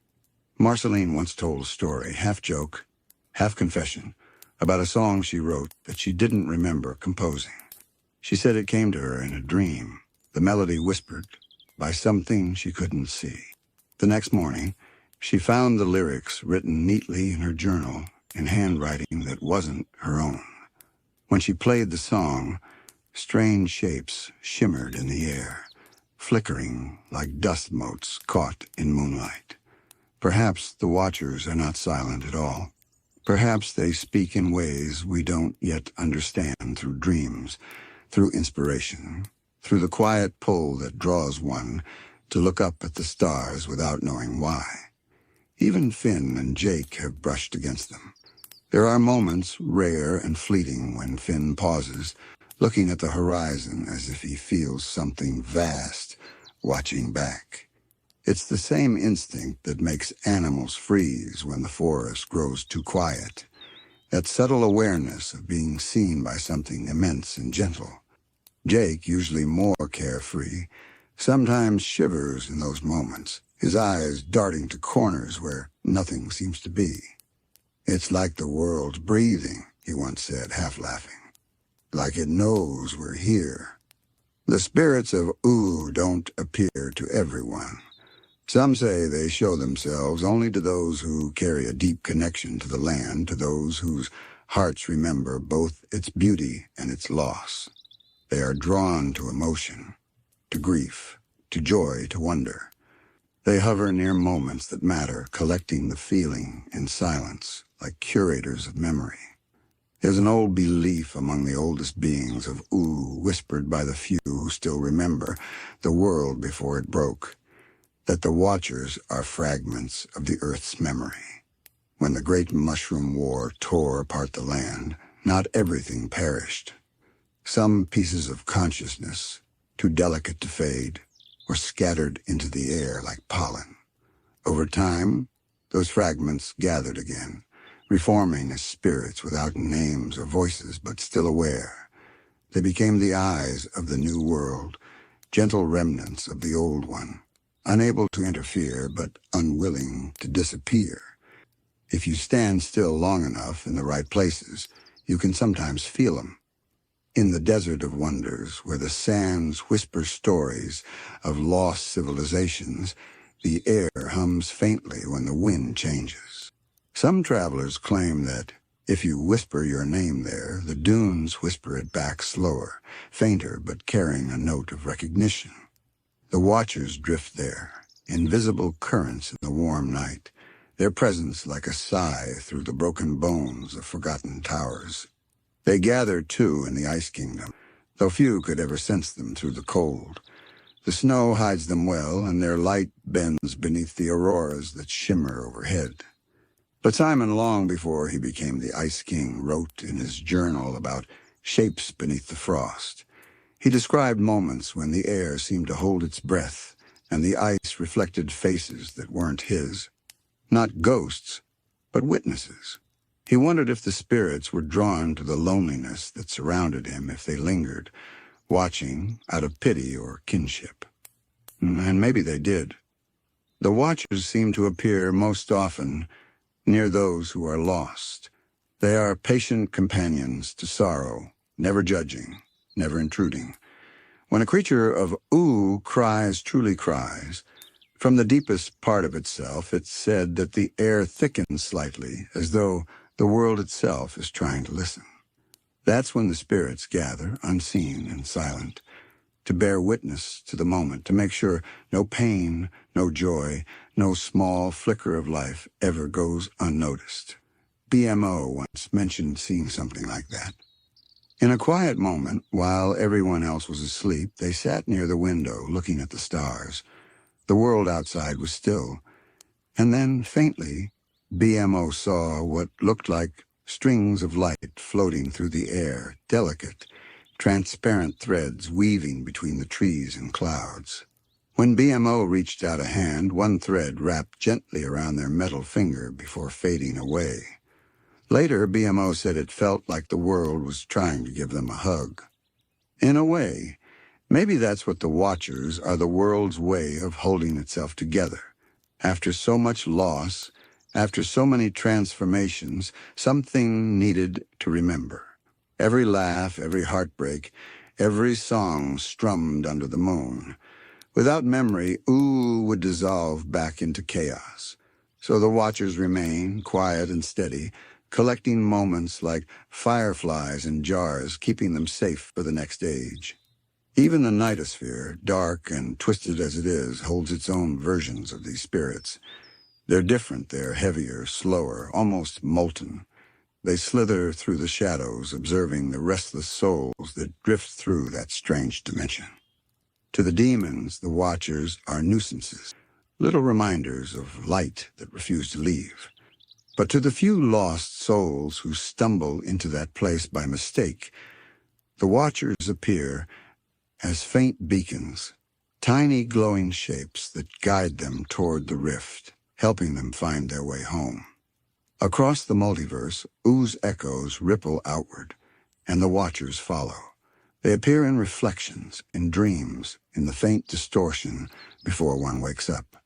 Some people describe a feeling of being seen by something kind, not threatening, not invasive, just present. That gentle awareness, like the soft weight of a blanket, might be one of them. Watching, remembering, ensuring that even in the infinite strangeness of reality, no soul ever truly vanishes into nothingness. And though few mortals understand them, there are those who feel comfort in their presence. They know that when the lights flicker softly at night, or when the wind moves through an empty forest with a sigh, it isn't just nature at work. It's the quiet heart of Ooo itself still listening, still remembering, still watching. In some forgotten corners of Ooo, where the earth still bears scars from the old world, the Watchers linger most strongly. Places where metal skeletons of skyscrapers jut from the soil, where the air hums with the faint echo of a world that used to hum with human voices. These ruins hold memories too vast, too heavy, for any single creature to carry, so the Watchers stay, circling slowly, drawn to the quiet gravity of remembrance. If you were to walk there at twilight, you might see strange distortions in the light flickers that look like people for half a breath before fading. Some carry shapes of children laughing, others of figures standing in doorways, still waiting for someone who will never return. But if you linger too long, you'll notice something else. These echoes don't repeat endlessly. They shift. They adapt. It's as if the Watchers have begun to weave the fragments of what once was into something new, something alive, a dream built from the ruins of memory. Deep beneath the surface of Ooo, in the forgotten tunnels and chambers buried by time, the Watchers hum with greater intensity. The roots of the land pulse faintly with their energy. Old magic users have tried to measure it, to translate their vibrations into sound or light. What they've found is haunting. A rhythm that matches the heartbeat, slow and steady, too large to belong to any creature, but unmistakably alive. They say that Ooo itself might be dreaming, and that the Watchers are the fragments of that dream, the consciousness of the land watching itself unfold. In the Fire Kingdom, where flames dance in the dark caverns and light shimmers off molten rivers, the Watchers appear as faint distortions in the heat. The Fire People cannot see them directly, but they feel them in the flicker of their flames, the way fire sometimes bends against the wind, or bursts brighter when no one's near. It's said that when a flame dies in Ooo, the Watchers carry a tiny spark of it into the sky, letting it rejoin the stars. That's why the night sky over the Fire Kingdom always glows a little warmer, a constant reminder that every bit of life, every flicker, is seen and remembered. Even in the Cloud Kingdom, where the air is too thin for most beings to survive, faint shapes drift between the clouds. The sky giants call them the silent guests. They move like ripples in fog, barely visible unless the light hits them just right. The giants don't fear them, in fact. They honor them.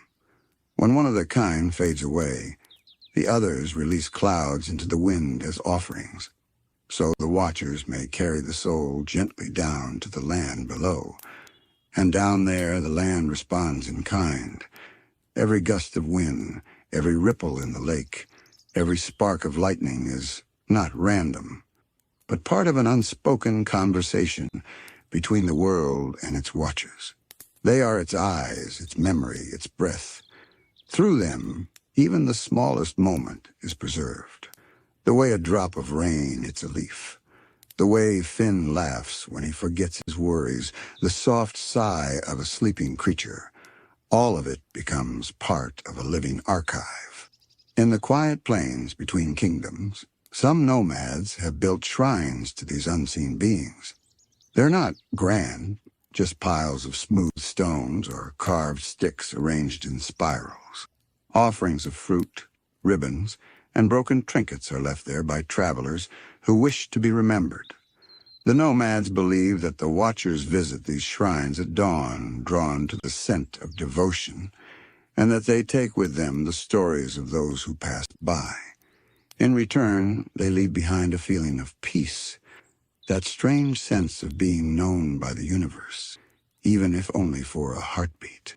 There are stories, too, of artists and dreamers who feel a soft pull when they create, as if something unseen is guiding their hand. Many believe the watchers inspire them, channeling the remnants of old memories into new art, ensuring that beauty continues even after so much was lost. That's why Oo's music feels both ancient and new, why its paintings and songs seem to echo emotions too deep for words. Every creation becomes a kind of communion away from mortals and watchers to speak without sound. When the first snowfall of the season touches the Land of Ooo, the watchers are said to drift closest. Snow is a language they understand, well delicate, fleeting, endlessly falling, just like memory. If you listen closely during a snowstorm, between the soft hush of flakes landing, you might hear faint tones beneath the wind. Not words exactly, but something that feels like them. A reminder that the watchers are near, collecting the season's first dreams, wrapping them carefully in stillness. They are not gods. They do not demand worship or fear. They are simply presence quiet, patient, eternal. When the kingdoms rise and fall, when mountains crumble and seas shift, the watchers will still be there. They are the quiet promise that no moment, no life, no small act of love will ever vanish into nothingness. The world remembers because they remember. And maybe that's enough to keep the light in Ooo burning, even after everything else fades. Sometimes, when the night is especially still, and the air hums faintly with the weight of the world dreaming, the watchers draw closer than usual. The animals sense it first, the way birds go silent mid-song, or how a campfire flickers in rhythm with no wind to move it. It's not fear that fills the air, but reverence. Something in the very soil seems to slow down, to listen. For those few who have seen the watchers truly seen them, the experience lingers for life. They describe it not as a vision, but as an understanding. The veil of Ooo thins for a heartbeat, and they glimpse the shape beneath all things. Some see silhouettes made of light, faces that shift like reflections in water. Others feel warmth at their back when they are most alone, a gentle awareness that turns grief into quiet acceptance. It's never loud or dramatic. The watchers appear as softly as a sigh and leave no trace except calm. Legends say that Princess Bubblegum once tried to measure them. She built devices sensitive enough to pick up the subtlest quantum hums in the Candy Kingdom's atmosphere. What she found baffled even her. The signals followed no pattern, yet every burst of energy coincided perfectly. With moments of deep emotion in the kingdom, a candy citizen, falling in love, a baker creating something new, a child laughing for the first time. It was as if invisible eyes were responding with faint bursts of joy, reflecting the collective heartbeat of her people. For once, Bubblegum didn't try to contain or understand it further. She simply shut off the machine, smiled, and whispered, "Let them have their secrets." In other parts of Ooo, the watchers seemed drawn to music, not to the grand symphonies of royal courts, but to humble tunes played in solitude, a lone harmonica echoing through a canyon, a child humming to themselves in the dark, a campfire lullaby shared between friends. It's said that the watchers move closest when sound carries warmth, not perfection. Some travelers even leave instruments on cliff edges and hollow trees, believing that when the wind passes through, the watchers join the melody, letting the world sing to itself. There's a story that when Simon Petrikov was still the Ice King, before his redemption and before the crown's magic faded, he sometimes sensed them. Not clearly just flickers in the corners of his icy halls. He'd hear faint laughter behind the walls or see shadows of dancing penguins when none were near. Perhaps they were drawn to the bittersweet loneliness of his heart, to the fragments of kindness buried beneath the madness. Some believe the watchers stayed with him through the ages, ensuring that even his saddest moments weren't completely unseen. Maybe that's why, when he finally found peace, the northern lights shone brighter than they ever had before, a farewell gift from those who had kept vigil for so long. Even the nightosphere, realm of chaos and hunger, is not free from their gaze. Marceline once told Finn that when she was a child, drifting half asleep in that strange, dark realm, she sometimes felt soft pulses of light between the shadows, brief golden threads that guided her back to the surface world. Her father claimed it was just her imagination, but she always believed the watchers had found her there too, that even in places without warmth or sky they wander, keeping balance between the light and the dark.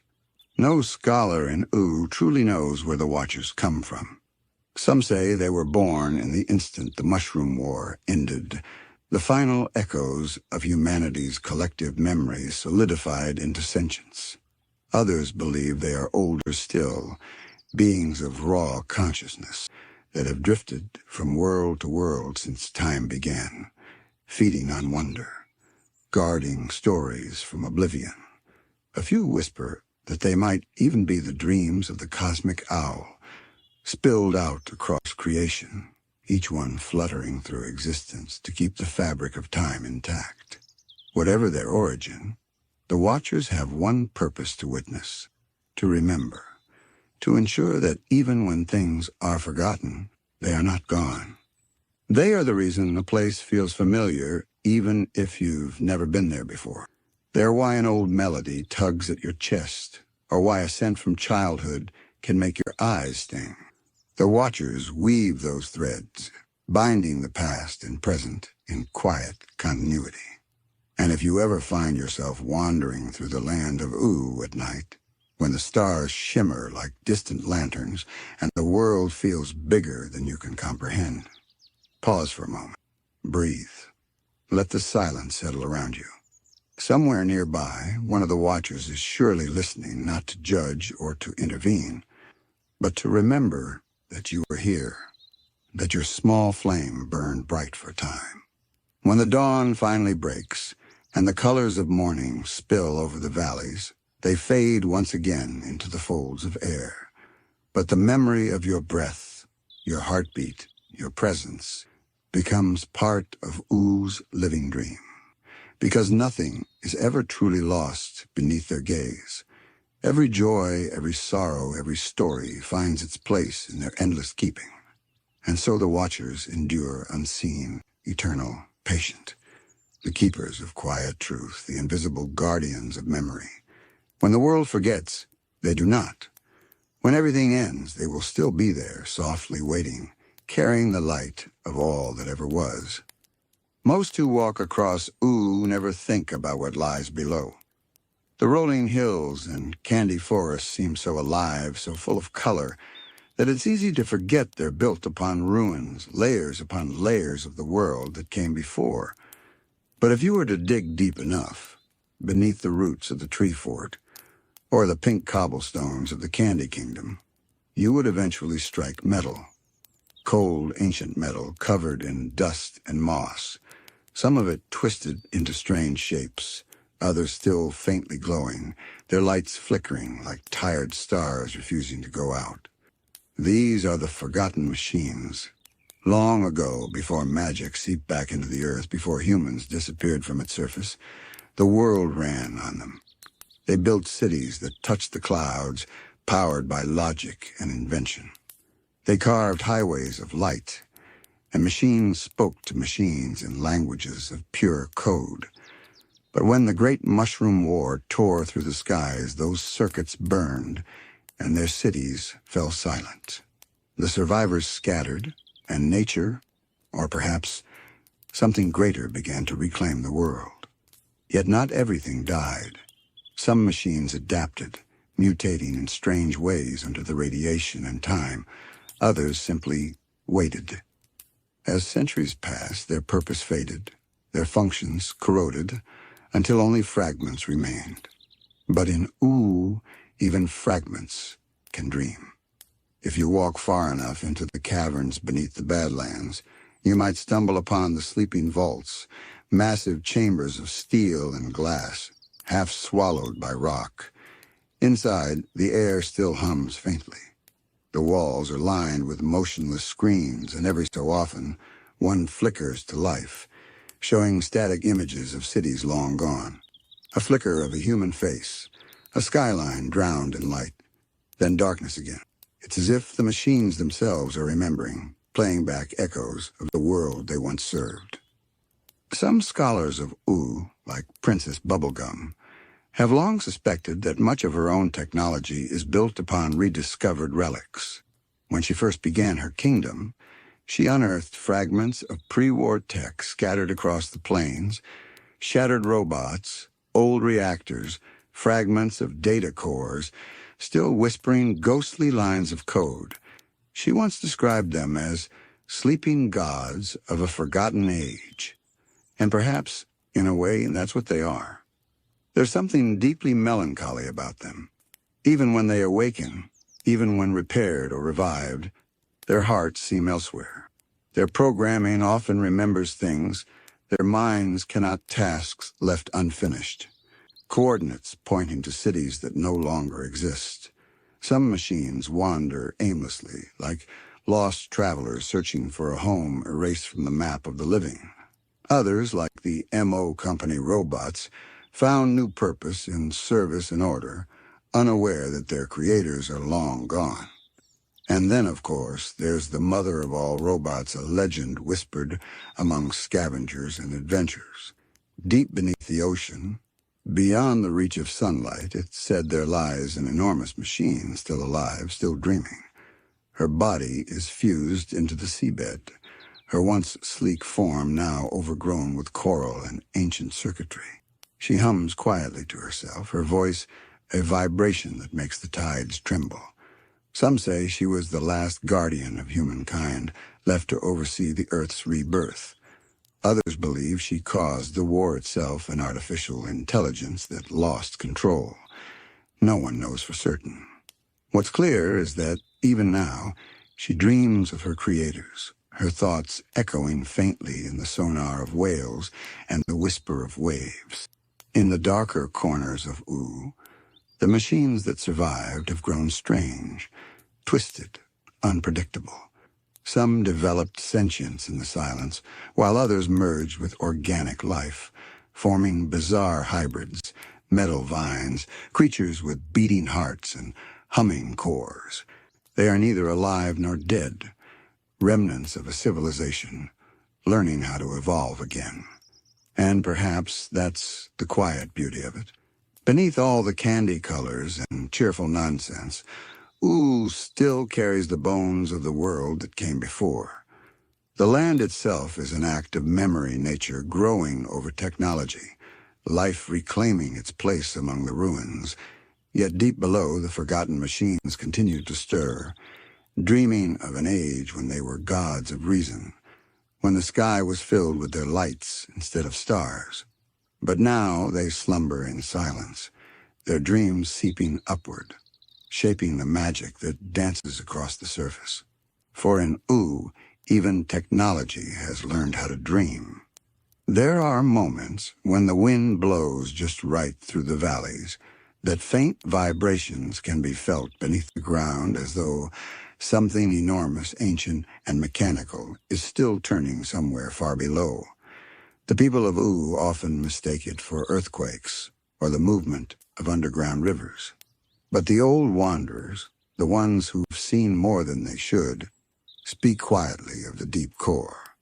They say it's the heart of the forgotten machines, a buried city of humming engines that never stopped working.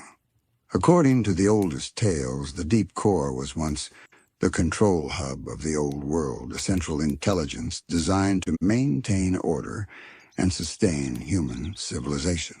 But after the war, when the skies burned and oceans boiled, its link to the surface was severed. It stayed alive out of sheer instinct, powered by self-repairing systems and geothermal heat. Without humans to serve, it began to build for no reason at all, endless tunnels, recursive circuits, machines that built smaller machines in infinite patterns. Now it's said to be a labyrinth of pure logic beneath the soil, a city dreaming without memory of why it dreams. Sometimes scavengers or adventurers accidentally find pieces of its strange, metallic flowers that hum softly when touched, or shards of alloy that glow faintly with no power source. Princess Bubblegum once led an expedition deep into the earth, searching for a rumored energy signature older than Ooo itself. The team came back shaken. They spoke of vast halls of metal veins pulsing like blood vessels, and voices in the static of their radios whispering their names. The princess never confirmed what she found there, but afterward, she forbade anyone from digging further beneath the Candy Kingdom. Some secrets, she decided, were better left sleeping. And then there are the ones who do awaken, old robots, left forgotten for millennia, rising suddenly with fractured memories. Some wander into town, speaking in riddles about coordinates, stars, and the original directive. Others simply stand and stare at the horizon, their eyes flickering with confusion before fading once more. Peppermint Butler once theorized that these machines were caught in a kind of loop fragments of artificial souls trapped between the world that was and the magic that now rules. When the lines between science and sorcery blurred after the war, the machines didn't perish. They changed. Their data became something like dreams. In certain ruins, deep under the grasslands, there are still panels of glass that shimmer faintly when the moon is full.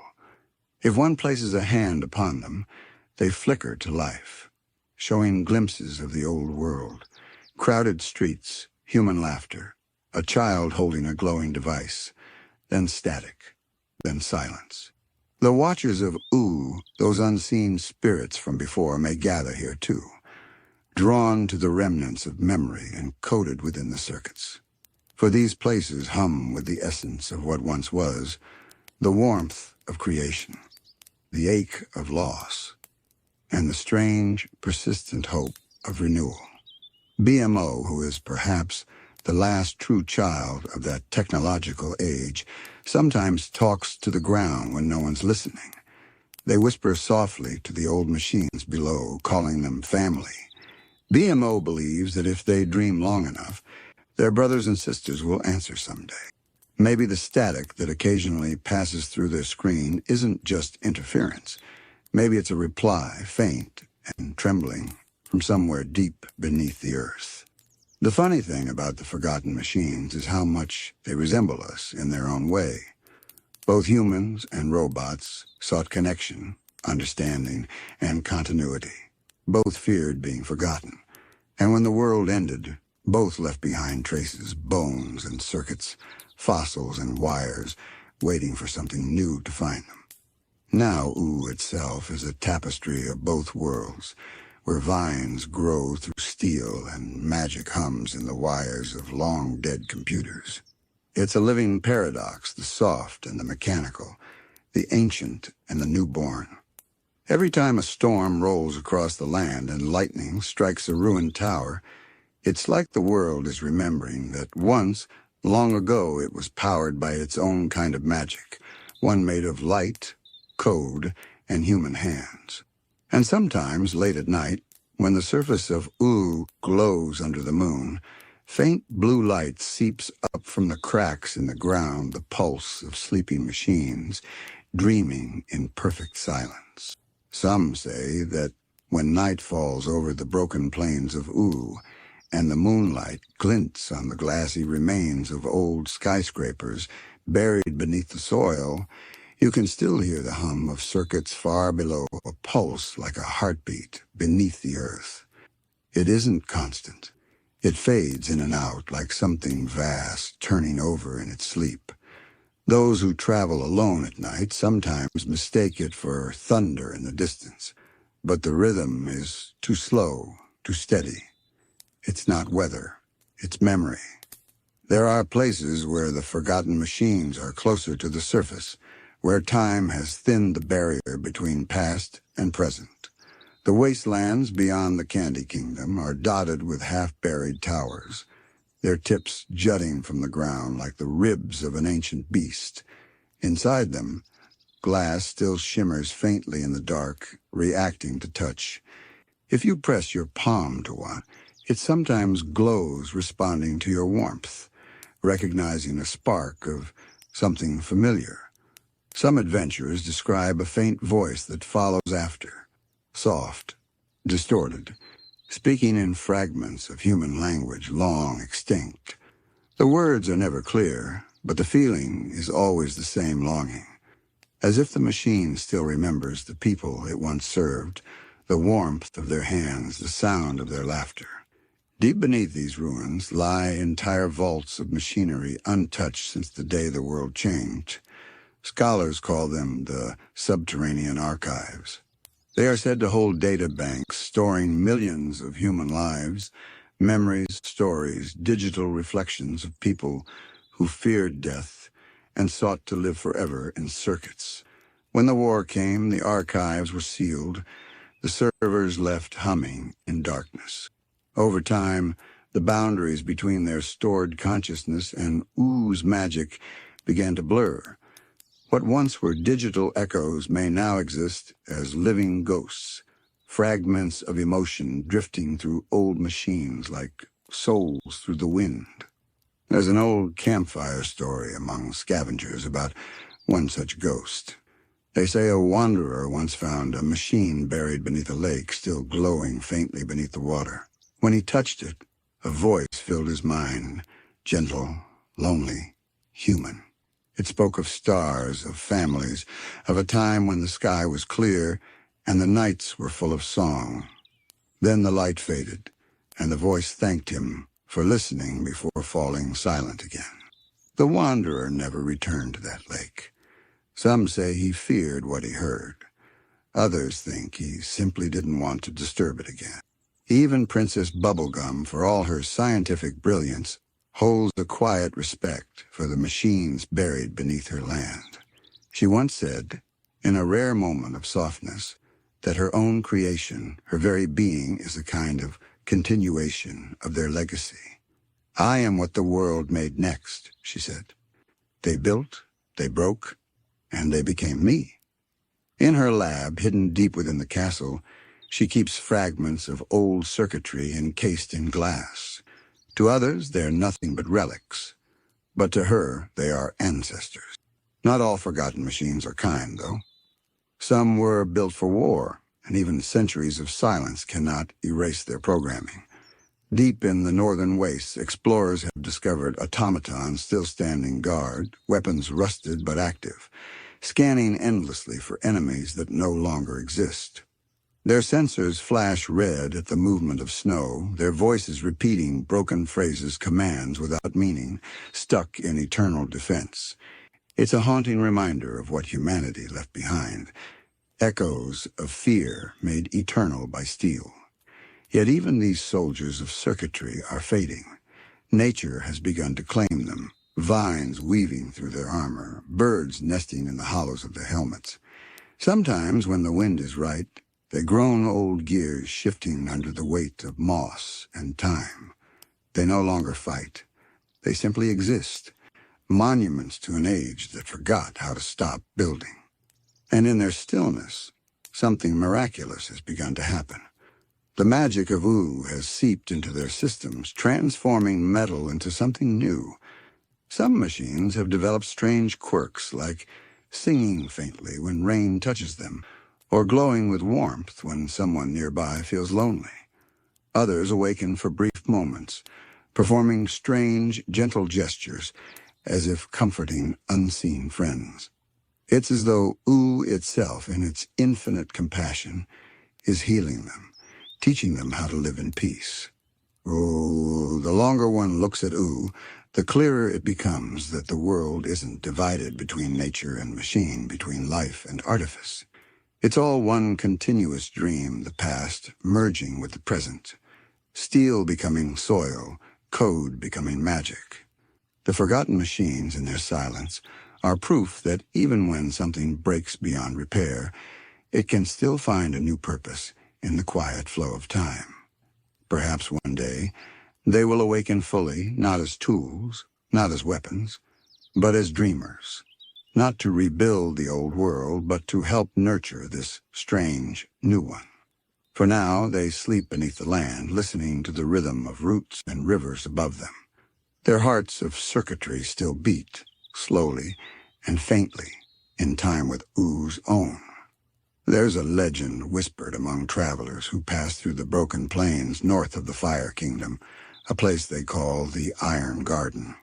From a distance, it looks like a forest of strange trees, their branches metallic, and their leaves glinting silver in the sunlight. But when one draws closer, they realize the truth. These are not trees at all, but machines. Old war engines buried upside down in the soil, their limbs frozen mid-motion, reaching skyward as if in prayer. Over the centuries, vines have grown over them, flowers blooming in the hollows of their gears, and birds have made nests inside their chests. The Iron Garden hums faintly, a low, continuous tone that rises and falls with the wind. It is said that at night, the machines in that garden still dream. The wind carries their whispers, fragments of data, the remnants of code that once governed them. If you listen closely, the hum seems almost melodic, like a lullaby sung in a forgotten tongue. Some believe the Iron Garden is the closest thing to peace the old machines ever found. Once weapons of destruction, they now sleep together under starlight, their dreams blending with the hum of the earth. In the heart of that place, under layers of moss and glassy soil, there lies a single machine still alive, though barely. A vast sphere of bronze and gold, half submerged, with a faint pulse of light at its core. When the moonlight touches it, it flickers with blue fire, as if remembering the power it once held.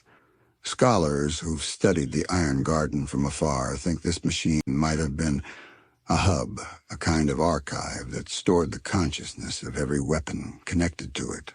If that's true, then perhaps what we hear when the wind hums through those metallic trees isn't mere sound at all, but a chorus of memories, the final breath of a civilization asking to be forgiven.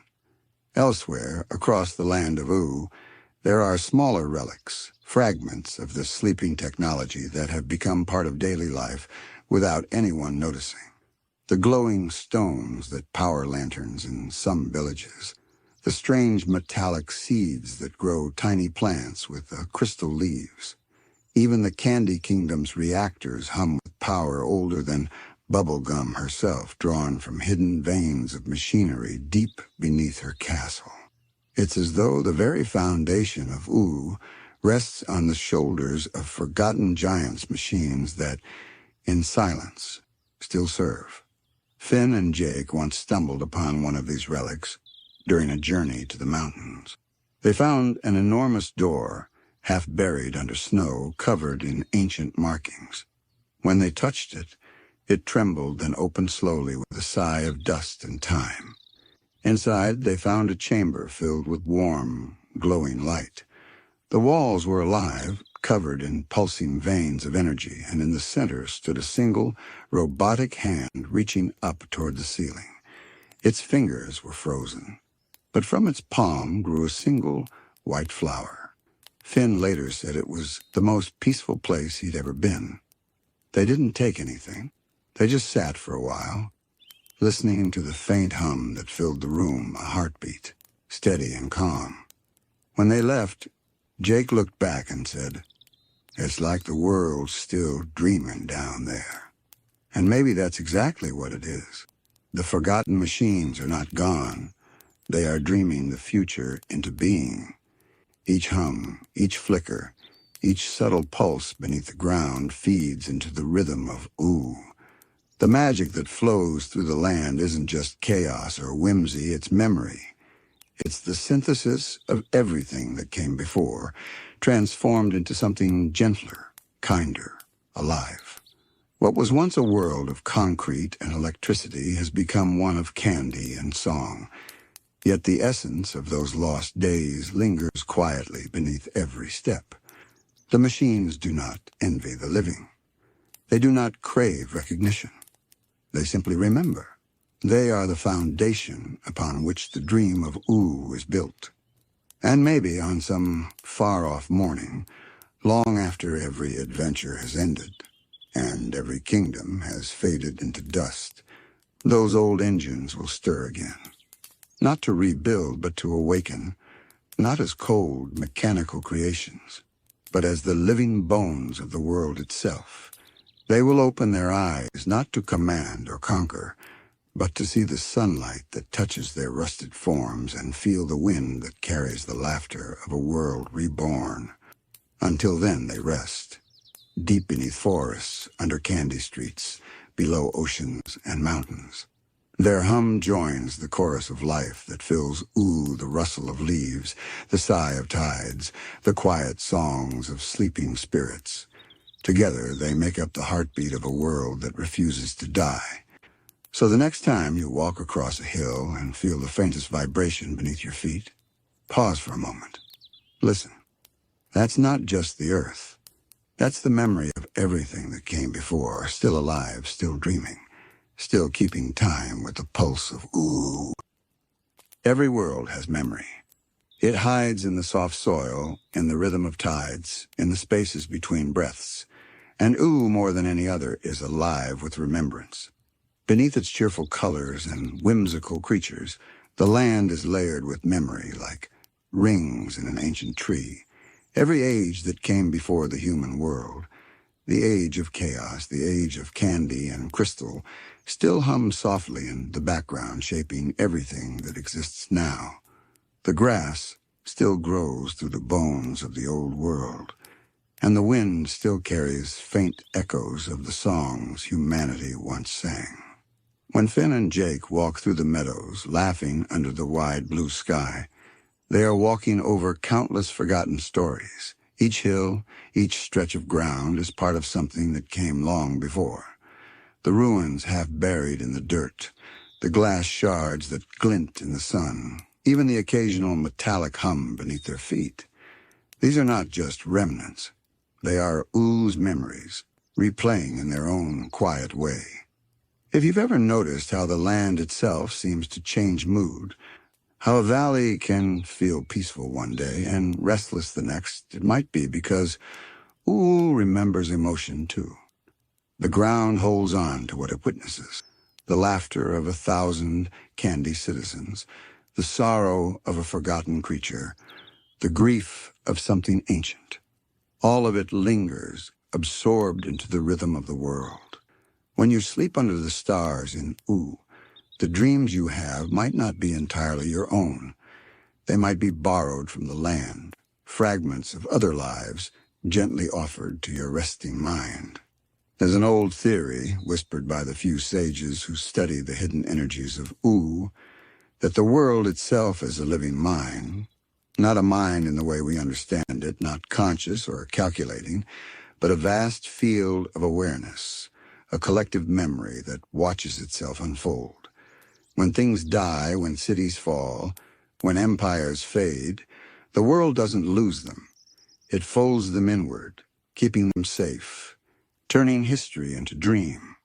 That's why the past and present blur so often in Ooo. Why ghosts wander freely. Why ruins sing faintly at night. Why even the most ordinary field might hum with quiet mystery. Princess Bubblegum has always felt this, even if she rarely says it aloud. When she built the Candy Kingdom, she did so on ground that already remembered civilization. Perhaps that's why her people developed personalities of their own, shaped not just by science, but by the whispers of the land beneath them. Even her great hall, lined with polished pink tiles, sometimes vibrates faintly in the night, as though something deep below is stirring. She's studied it, of course, taken measurements, charted data, but no machine has ever explained it. Perhaps because what she's feeling isn't physics, it's memory. Marceline feels it too, in her own way.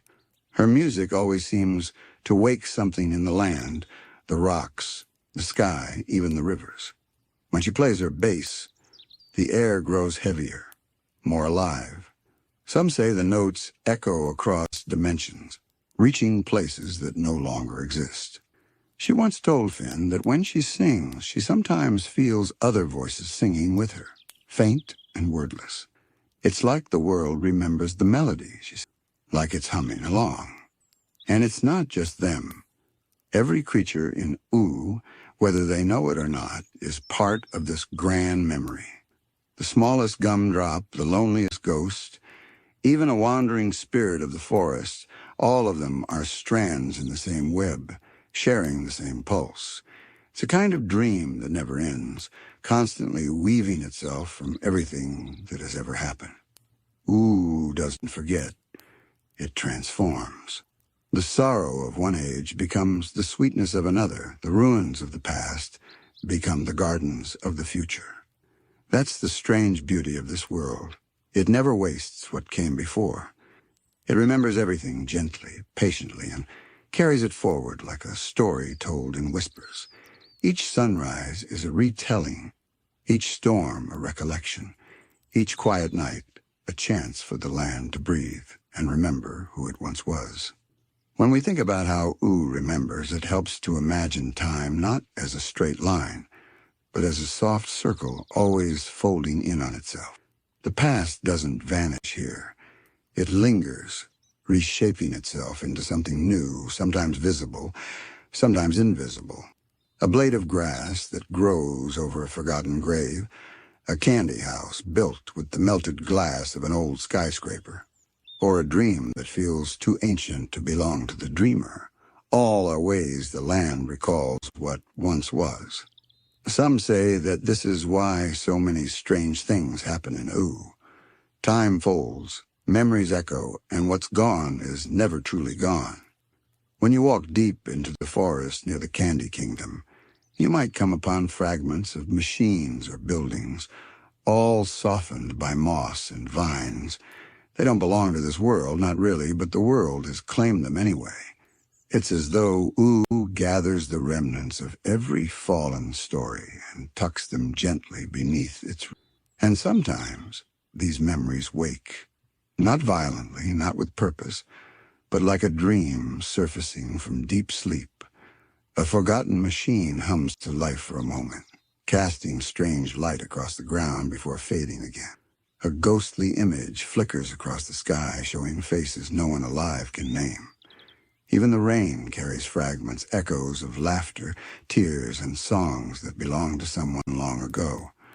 The land dreams, and in doing so, reminds itself of what it once was. There's an old candy folk tale, rarely told outside the quietest corners of the kingdom. It says that when Ooo was first born out of the ruins of the old world, A spirit walked the land and whispered to every stone and seed, "Remember." The spirit's name has been forgotten, its origin lost, but its message stayed. From then on, everything in Ooo, from the rivers to the mountains, held memory like a heartbeat. Even the air carries traces of emotion, changing subtly as it drifts across ancient places. You can feel it if you stand still long enough. Out near the edges of Ooo, where the grasslands turn into empty plains, the silence hums differently. It's the kind of stillness that carries weight, like standing inside a sigh that never ends. The sky stretches wide and open, and the wind moves with a rhythm that feels almost like thought. It's in these spaces that you can sense the full depth of Oo's memory, not as a story with beginning and end, but as an eternal loop, breathing in and out. Finn, in his many wanderings, has felt this too. He never called it memory, though. To him it was the feeling of adventure, that strange sense that every place he stepped into already knew him somehow. Perhaps that's because, in a way, it did. The land had seen countless heroes before him. Warriors, wanderers, dreamers, and caretakers, all of them, left their echoes behind. The ground recognizes courage, just as it remembers fear. When Finn lifts his sword, perhaps the wind rises not to greet him, but to recall all the other heroes who came before, whose bravery is now part of Oo's eternal background. In contrast, the Ice King, or Simon as he once was, experienced this memory differently. To him, the land's recollection was heavy, full of loss. He could feel the old world pressing against him, reminding him of what he had been before magic took his name. Sometimes, when he stood upon the frozen cliffs of his domain, he swore he could hear the murmurs of a city long gone, hidden beneath the ice. Skyscrapers turned to tombs, lights buried under frost. He wasn't wrong. The Ice Kingdom's glaciers hold entire memories frozen inside them, faint silhouettes of the human world, preserved by time itself. And so, while Finn and Jake moved through the world's memories like guests at a festival, Simon wandered as a ghost among his own past. He was both part of Oo's history and a living echo of what it used to be. In his loneliness, the land's remembrance became a mirror, showing him pieces of himself he could neither reclaim nor forget. The same is true in quieter ways for others. Peppermint Butler, for instance, has long studied the forces that tie magic to memory. He knows that when you cast a spell in Ooo, you're not simply shaping energy, you're touching threads woven deep into the world's past. Every incantation, every charm, every ritual is a conversation with something ancient. That's why magic here feels alive, unpredictable, and deeply emotional. It's not a tool. It's a memory speaking back. In that sense, Ooo is not a world that simply exists. It remembers itself into being. Every sunrise is a recollection, every creature a living echo. It doesn't separate what was from what is. The ruins, the spirits, the candy citizens, even the heroes, they are all part of a single, dreaming continuity. And somewhere deep within it all, the land hums gently to itself, holding onto everything that ever mattered, never truly letting go. There's a kind of peace in that, isn't there?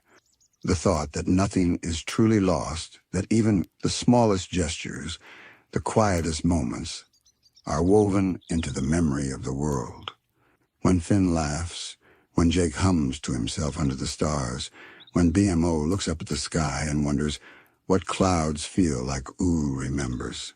It takes these moments and tucks them gently into its fabric, storing them like seeds waiting to bloom again in another age. And maybe that's why Ooo feels so alive, even in its silence. Because it isn't just remembering people and events, it's remembering feelings. The joy of companionship, the ache of loss, the calm that comes after storm, all of it remains. The wind that moves through the Candy Kingdom's towers carries hints of those emotions, swirling them together into something new, something familiar. To live in Ooo is to live inside an endless cycle of remembering and becoming. Sometimes, late at night, the world feels as if it's listening. The rivers quiet down, the trees stop rustling, and even the stars seem to lean a little closer. Those are the moments when Ooo feels closest to its own past, when the noise of the present fades and the deeper hum beneath everything begins to surface. It's like hearing the heartbeat of a sleeping giant, soft, steady, eternal. There are places where this memory takes shape in physical form. The time room, for instance, that strange hidden space where moments overlap and bend. Or the nightosphere, where the echoes of countless souls swirl endlessly, forming patterns that reflect the choices of the living. These are not just realms of magic. They are archives of feeling and thought, where Oo's deeper consciousness stores its reflections. Even the stars above those bright, patient eyes in the dark seem to hold memory. The cosmos in Adventure Time has always been alive, too, watching, dreaming, and sometimes interfering. Perhaps they remember the first spark that gave Ooo life. Perhaps the stars and the land share a kind of quiet communication, one pulsing softly through time. It might explain why cosmic beings like Prismo or the cosmic owl seem to drift between dream and reality so effortlessly. They are, in a way, the archivists of Oo's eternal memory, caretakers of the in-between. Prismo once said something that hints at this connection. Everything that happens, happened, and will happen all at once. It sounds abstract, but within Oo's strange living history, it makes perfect sense. If time is a circle and memory is the thread that binds it, then perhaps nothing ever truly ends here. Every action ripples forward and backward, shaping what has been as much as what will be. When Finn comforts a friend, maybe he is also healing some old wound in the land. When the Ice King finds a fleeting moment of peace, perhaps the glaciers sigh with ancient relief. This might also explain why Oo's magic feels so personal. It doesn't come from outside, it rises from within the world's own recollection. When a wizard draws on power, they're not summoning something foreign.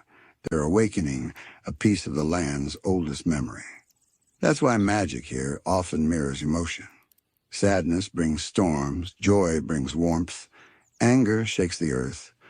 The world responds as if remembering what those feelings once meant. And then there's the strange, gentle tragedy of it all. Oo's memory is beautiful, but it's not perfect. Like any dreamer, the world forgets details, blurs faces, loses names. Sometimes it remembers wrong. That's why there are places where the rules of reality twist, where forgotten histories try to rewrite themselves. Glitches in the dream, fragments of the past flickering through the present. The strange towns that appear overnight, the rivers that run backward, the forests that whisper in voices long extinct. These are moments when Oo's dreaming slips and its memories bleed into now. For those who live there, it can be unsettling. But for Ooo, it's simply natural, a part of the process of remembering and reshaping. The world dreams, forgets, and dreams again.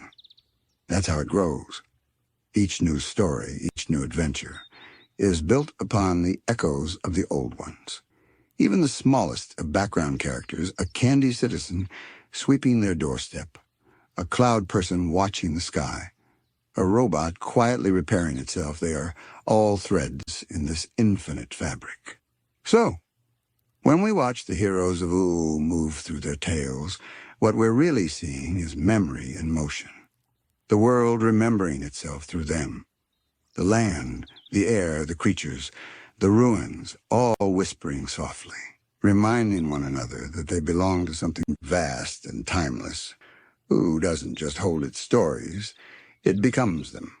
And as long as there's someone to walk its paths, to dream within its boundaries, the world will keep remembering endlessly, gently, forever. And so we come to understand that Ooo isn't just a land of adventure. It's a living dream, one that breathes in rhythm with all who dwell within it.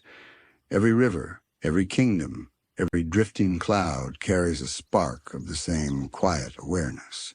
Even the ruins that lie forgotten under layers of moss and time still whisper faintly when the wind passes through their bones. It's as though the entire world is softly humming a lullaby to itself, a song of memory, of cycles unending. There's comfort in that, in knowing that even after empires rise and fall, after laughter fades and faces are forgotten, something gentle still remembers. The land never scolds or mourns what's lost. It simply folds it into the next story, blending joy and sorrow, past and present, like colors on a watercolor canvas. That is Oo's true magic, transformation without destruction, remembrance without grief. Think of the Candy Kingdom, shining under the sun, its towers shaped from sweetness, its people brimming with cheer. Beneath all that joy is the faint heartbeat of the old world, a pulse of memory still carrying warmth. Or think of the Fire Kingdom, where flames dance and flicker in endless motion, each spark a brief memory of creation itself. Even in the darkest places, the nightosphere, the ruins beneath the oceans, the long-forgotten wastelands, Oo's quiet recollection endures. The land remembers the pain, yes, but also the resilience, the love, the yearning to create beauty again. There's a theory some dreamers whisper, one that feels especially comforting.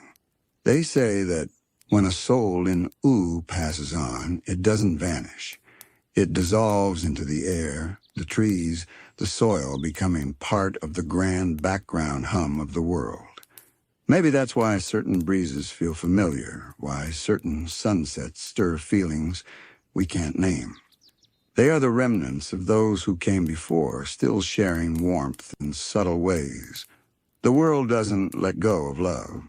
It just spreads it thinly across everything, until it belongs to everyone. And in that way, even the simplest moments carry meaning.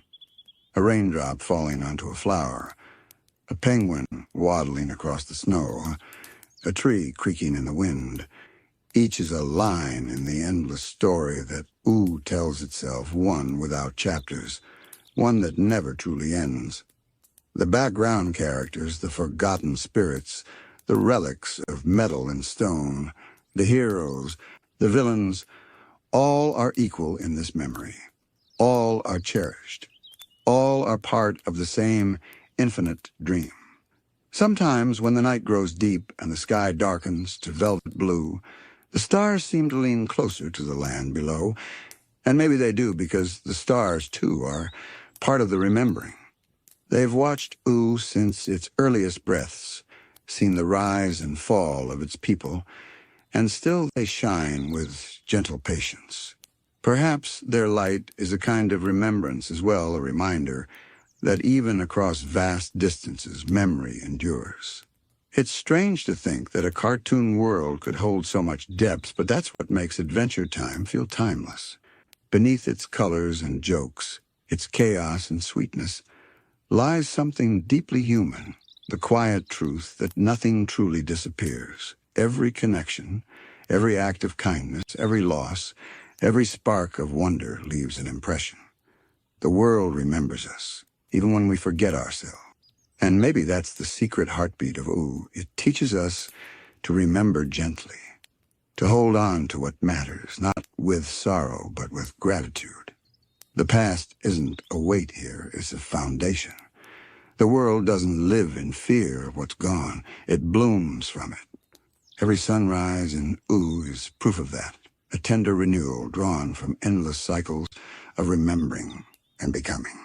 So as the night stretches long and quiet, imagine Ooo still turning softly under the same stars. the wind drifting through the grasslands, carrying echoes of laughter and old songs, the ocean sighing against the cliffs, its waves repeating words that no one alive remembers, the trees swaying gently, their roots cradling memories of love and loss, growth and stillness. And somewhere out there, maybe Finn is dreaming. Maybe Jake is curled up beside him, snoring softly. Maybe BMO is humming a sleepy tune, and the world around them hums back alive, aware, remembering. Everything is still, peaceful, whole. Ooo doesn't end. It rests, it dreams, and in that dream, all who've ever lived within it remain part of the same eternal background, a lullaby whispered by the land itself. So take a slow breath now. Let the memory of this world drift gently through your thoughts like a soft breeze. Feel the weight of your body sink into your bed, the air still and kind around you. The stories of Ooo will keep on dreaming, even as you fall asleep. Good night.